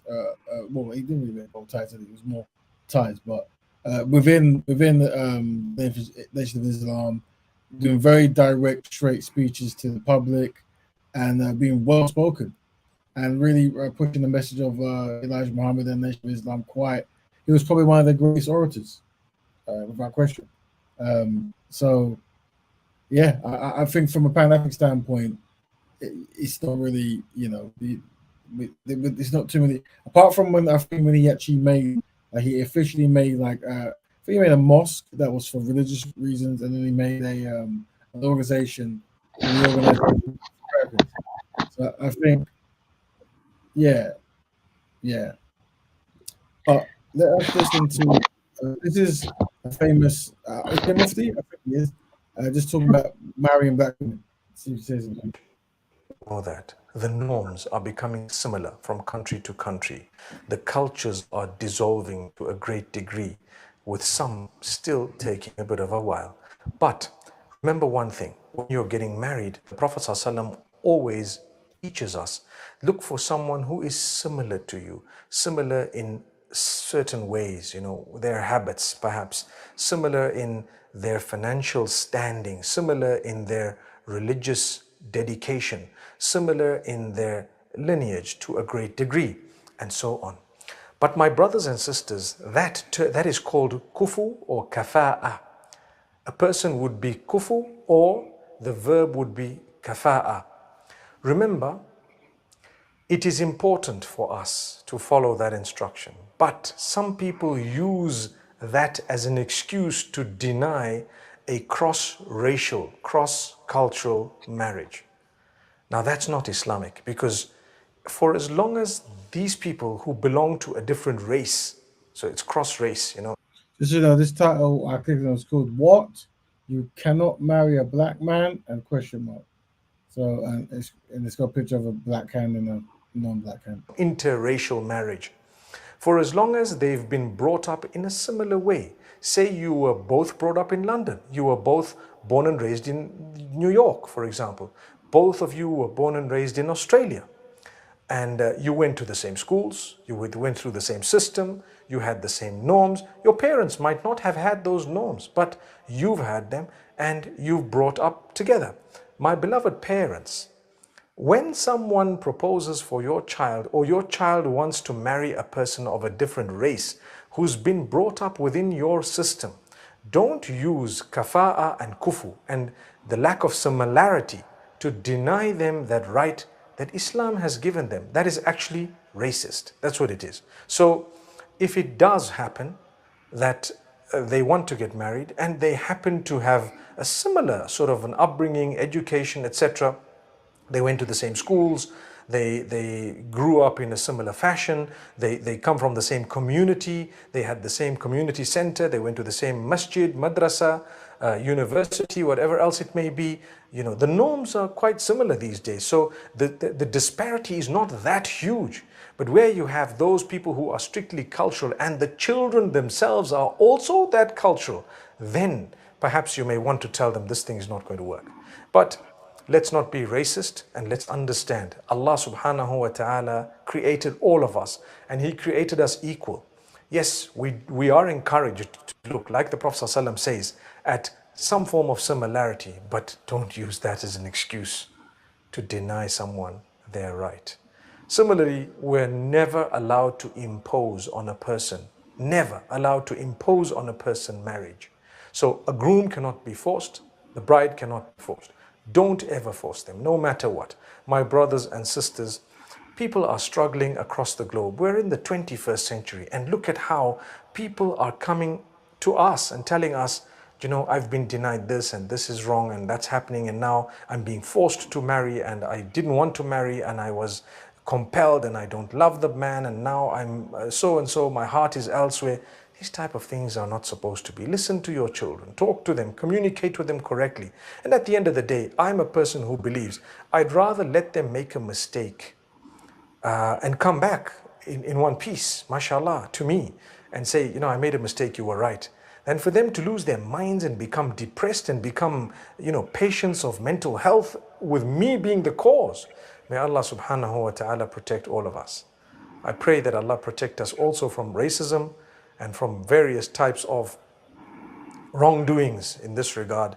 أقول قولي هذا وصلى الله. Okay, so that was a video titled "What You Cannot Marry a Black Man," and that's by a famous. Is he a Mufti? Am I Mufti right? Menk. He's called Mufti Menk. Yeah, very popular. Very popular. Very popular. But I mean, notice how it's always when the racism. I mean, it's interesting because a lot of people don't know that in Saudi Arabia, it's a very weird, like their thing has a bit of racism, but it also has classism and stuff. So, for instance, you could be the blackest Arab, but if you come from a high tribe, your complexion means absolutely nothing in relation to them being biased because of your tribe. They don't see your color anymore. They see your status and what tribe you come from. It's a weird thing. But if you come from what's deemed like, for instance, so they see Pakistanis, Bangladeshis, and Indians inferior to black people in Saudi Arabia and a lot of the Arab states. So it's a very weird type of thing. But the point I was making was, notice how when they talk about racism, generally in these countries, it would be black people because they do have the concept of slavery. In England, as black being that, in other words, the racism would normally be Pakistani and so on. Over here, even the mulatto Arab against black. There's I don't know if it's still up there, but there was a girl who I think she was mulatto Arab, and she married a black man, and I think either both or at least he was quite famous. I think he was a rapper, a Muslim rapper, and they were saying the amount of hate they got was, death threats and the N word and stuff from all over, these mulatto Arab states, and they were apparently shocked. But yeah, I mean, it's the way it's spoken of is so. Can't we all just get along? It's just very. I find it so weird the way how these Orthodox just keep thinking, oh, well, on the day of judgment, Allah will, judge them for it and all of this kind of stuff. And I'm just thinking, yeah, I'm quite sure the Prophet didn't wait, peace be upon him, didn't wait until the day of judgment to establish justice for people in his time. So, yeah. All right, Brother Razor, I thought I muted you by mistake. Let me unmute you. Sorry about that. Anything else to add, Brother Razor? Cool. Is that wind or is that? I don't know what that is. It's my sleep. Man might be sleeping. Oh, did you unmute him? Yeah, let me sleep man again. I think man might. Yeah, it's gonna work tomorrow. It's a hard time. Yeah. So peace to that, brother. Yeah. So we're not. Funny enough, we've hit 2 hours, 10 minutes now. So, any last? If anyone wants to jump and have a say, now be your time, brother. The link has been pinned. I believe it's been pinned. I hope it works. Let me check if it's actually worked. So it should be pinned on your. So it's always at the top now. I think I've worked out how to do that. Let's see if it's worked. Hold on. Mute that. Load. Is it pinned? Yeah, it's pinned. There you go. So it's always at the top. So if you're going to join us, click on that. It should work. Why is this guy's face there, man? Hold on. Let me put it in the face. God, do you remember you gave me you sent something?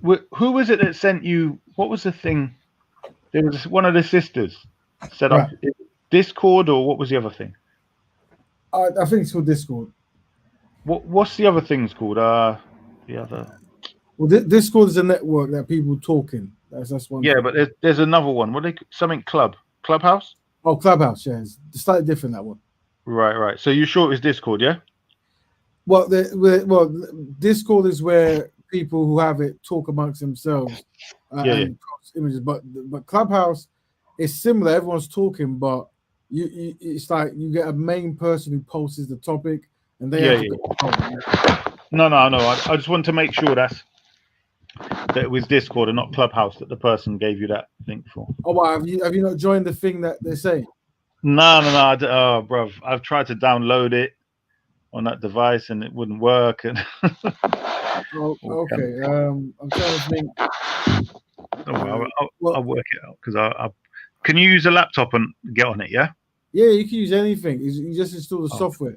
I'm trying to think of the best. I've got, you know what I can do here is I can get a link from the sister and then message you directly on your WhatsApp, whatever, isn't it? Okay, yeah. Let's make it easier. I think I screenshotted it anyway. Well, I can't use my. No, I think the way these things work is you don't join within a certain amount of time, it goes. Okay. That kind of way, yeah. It's quite secret. Oh, yeah. All right, that's interesting. Yeah, it is. So, but I'll talk to her and I'll get a sister to give a link, whatever.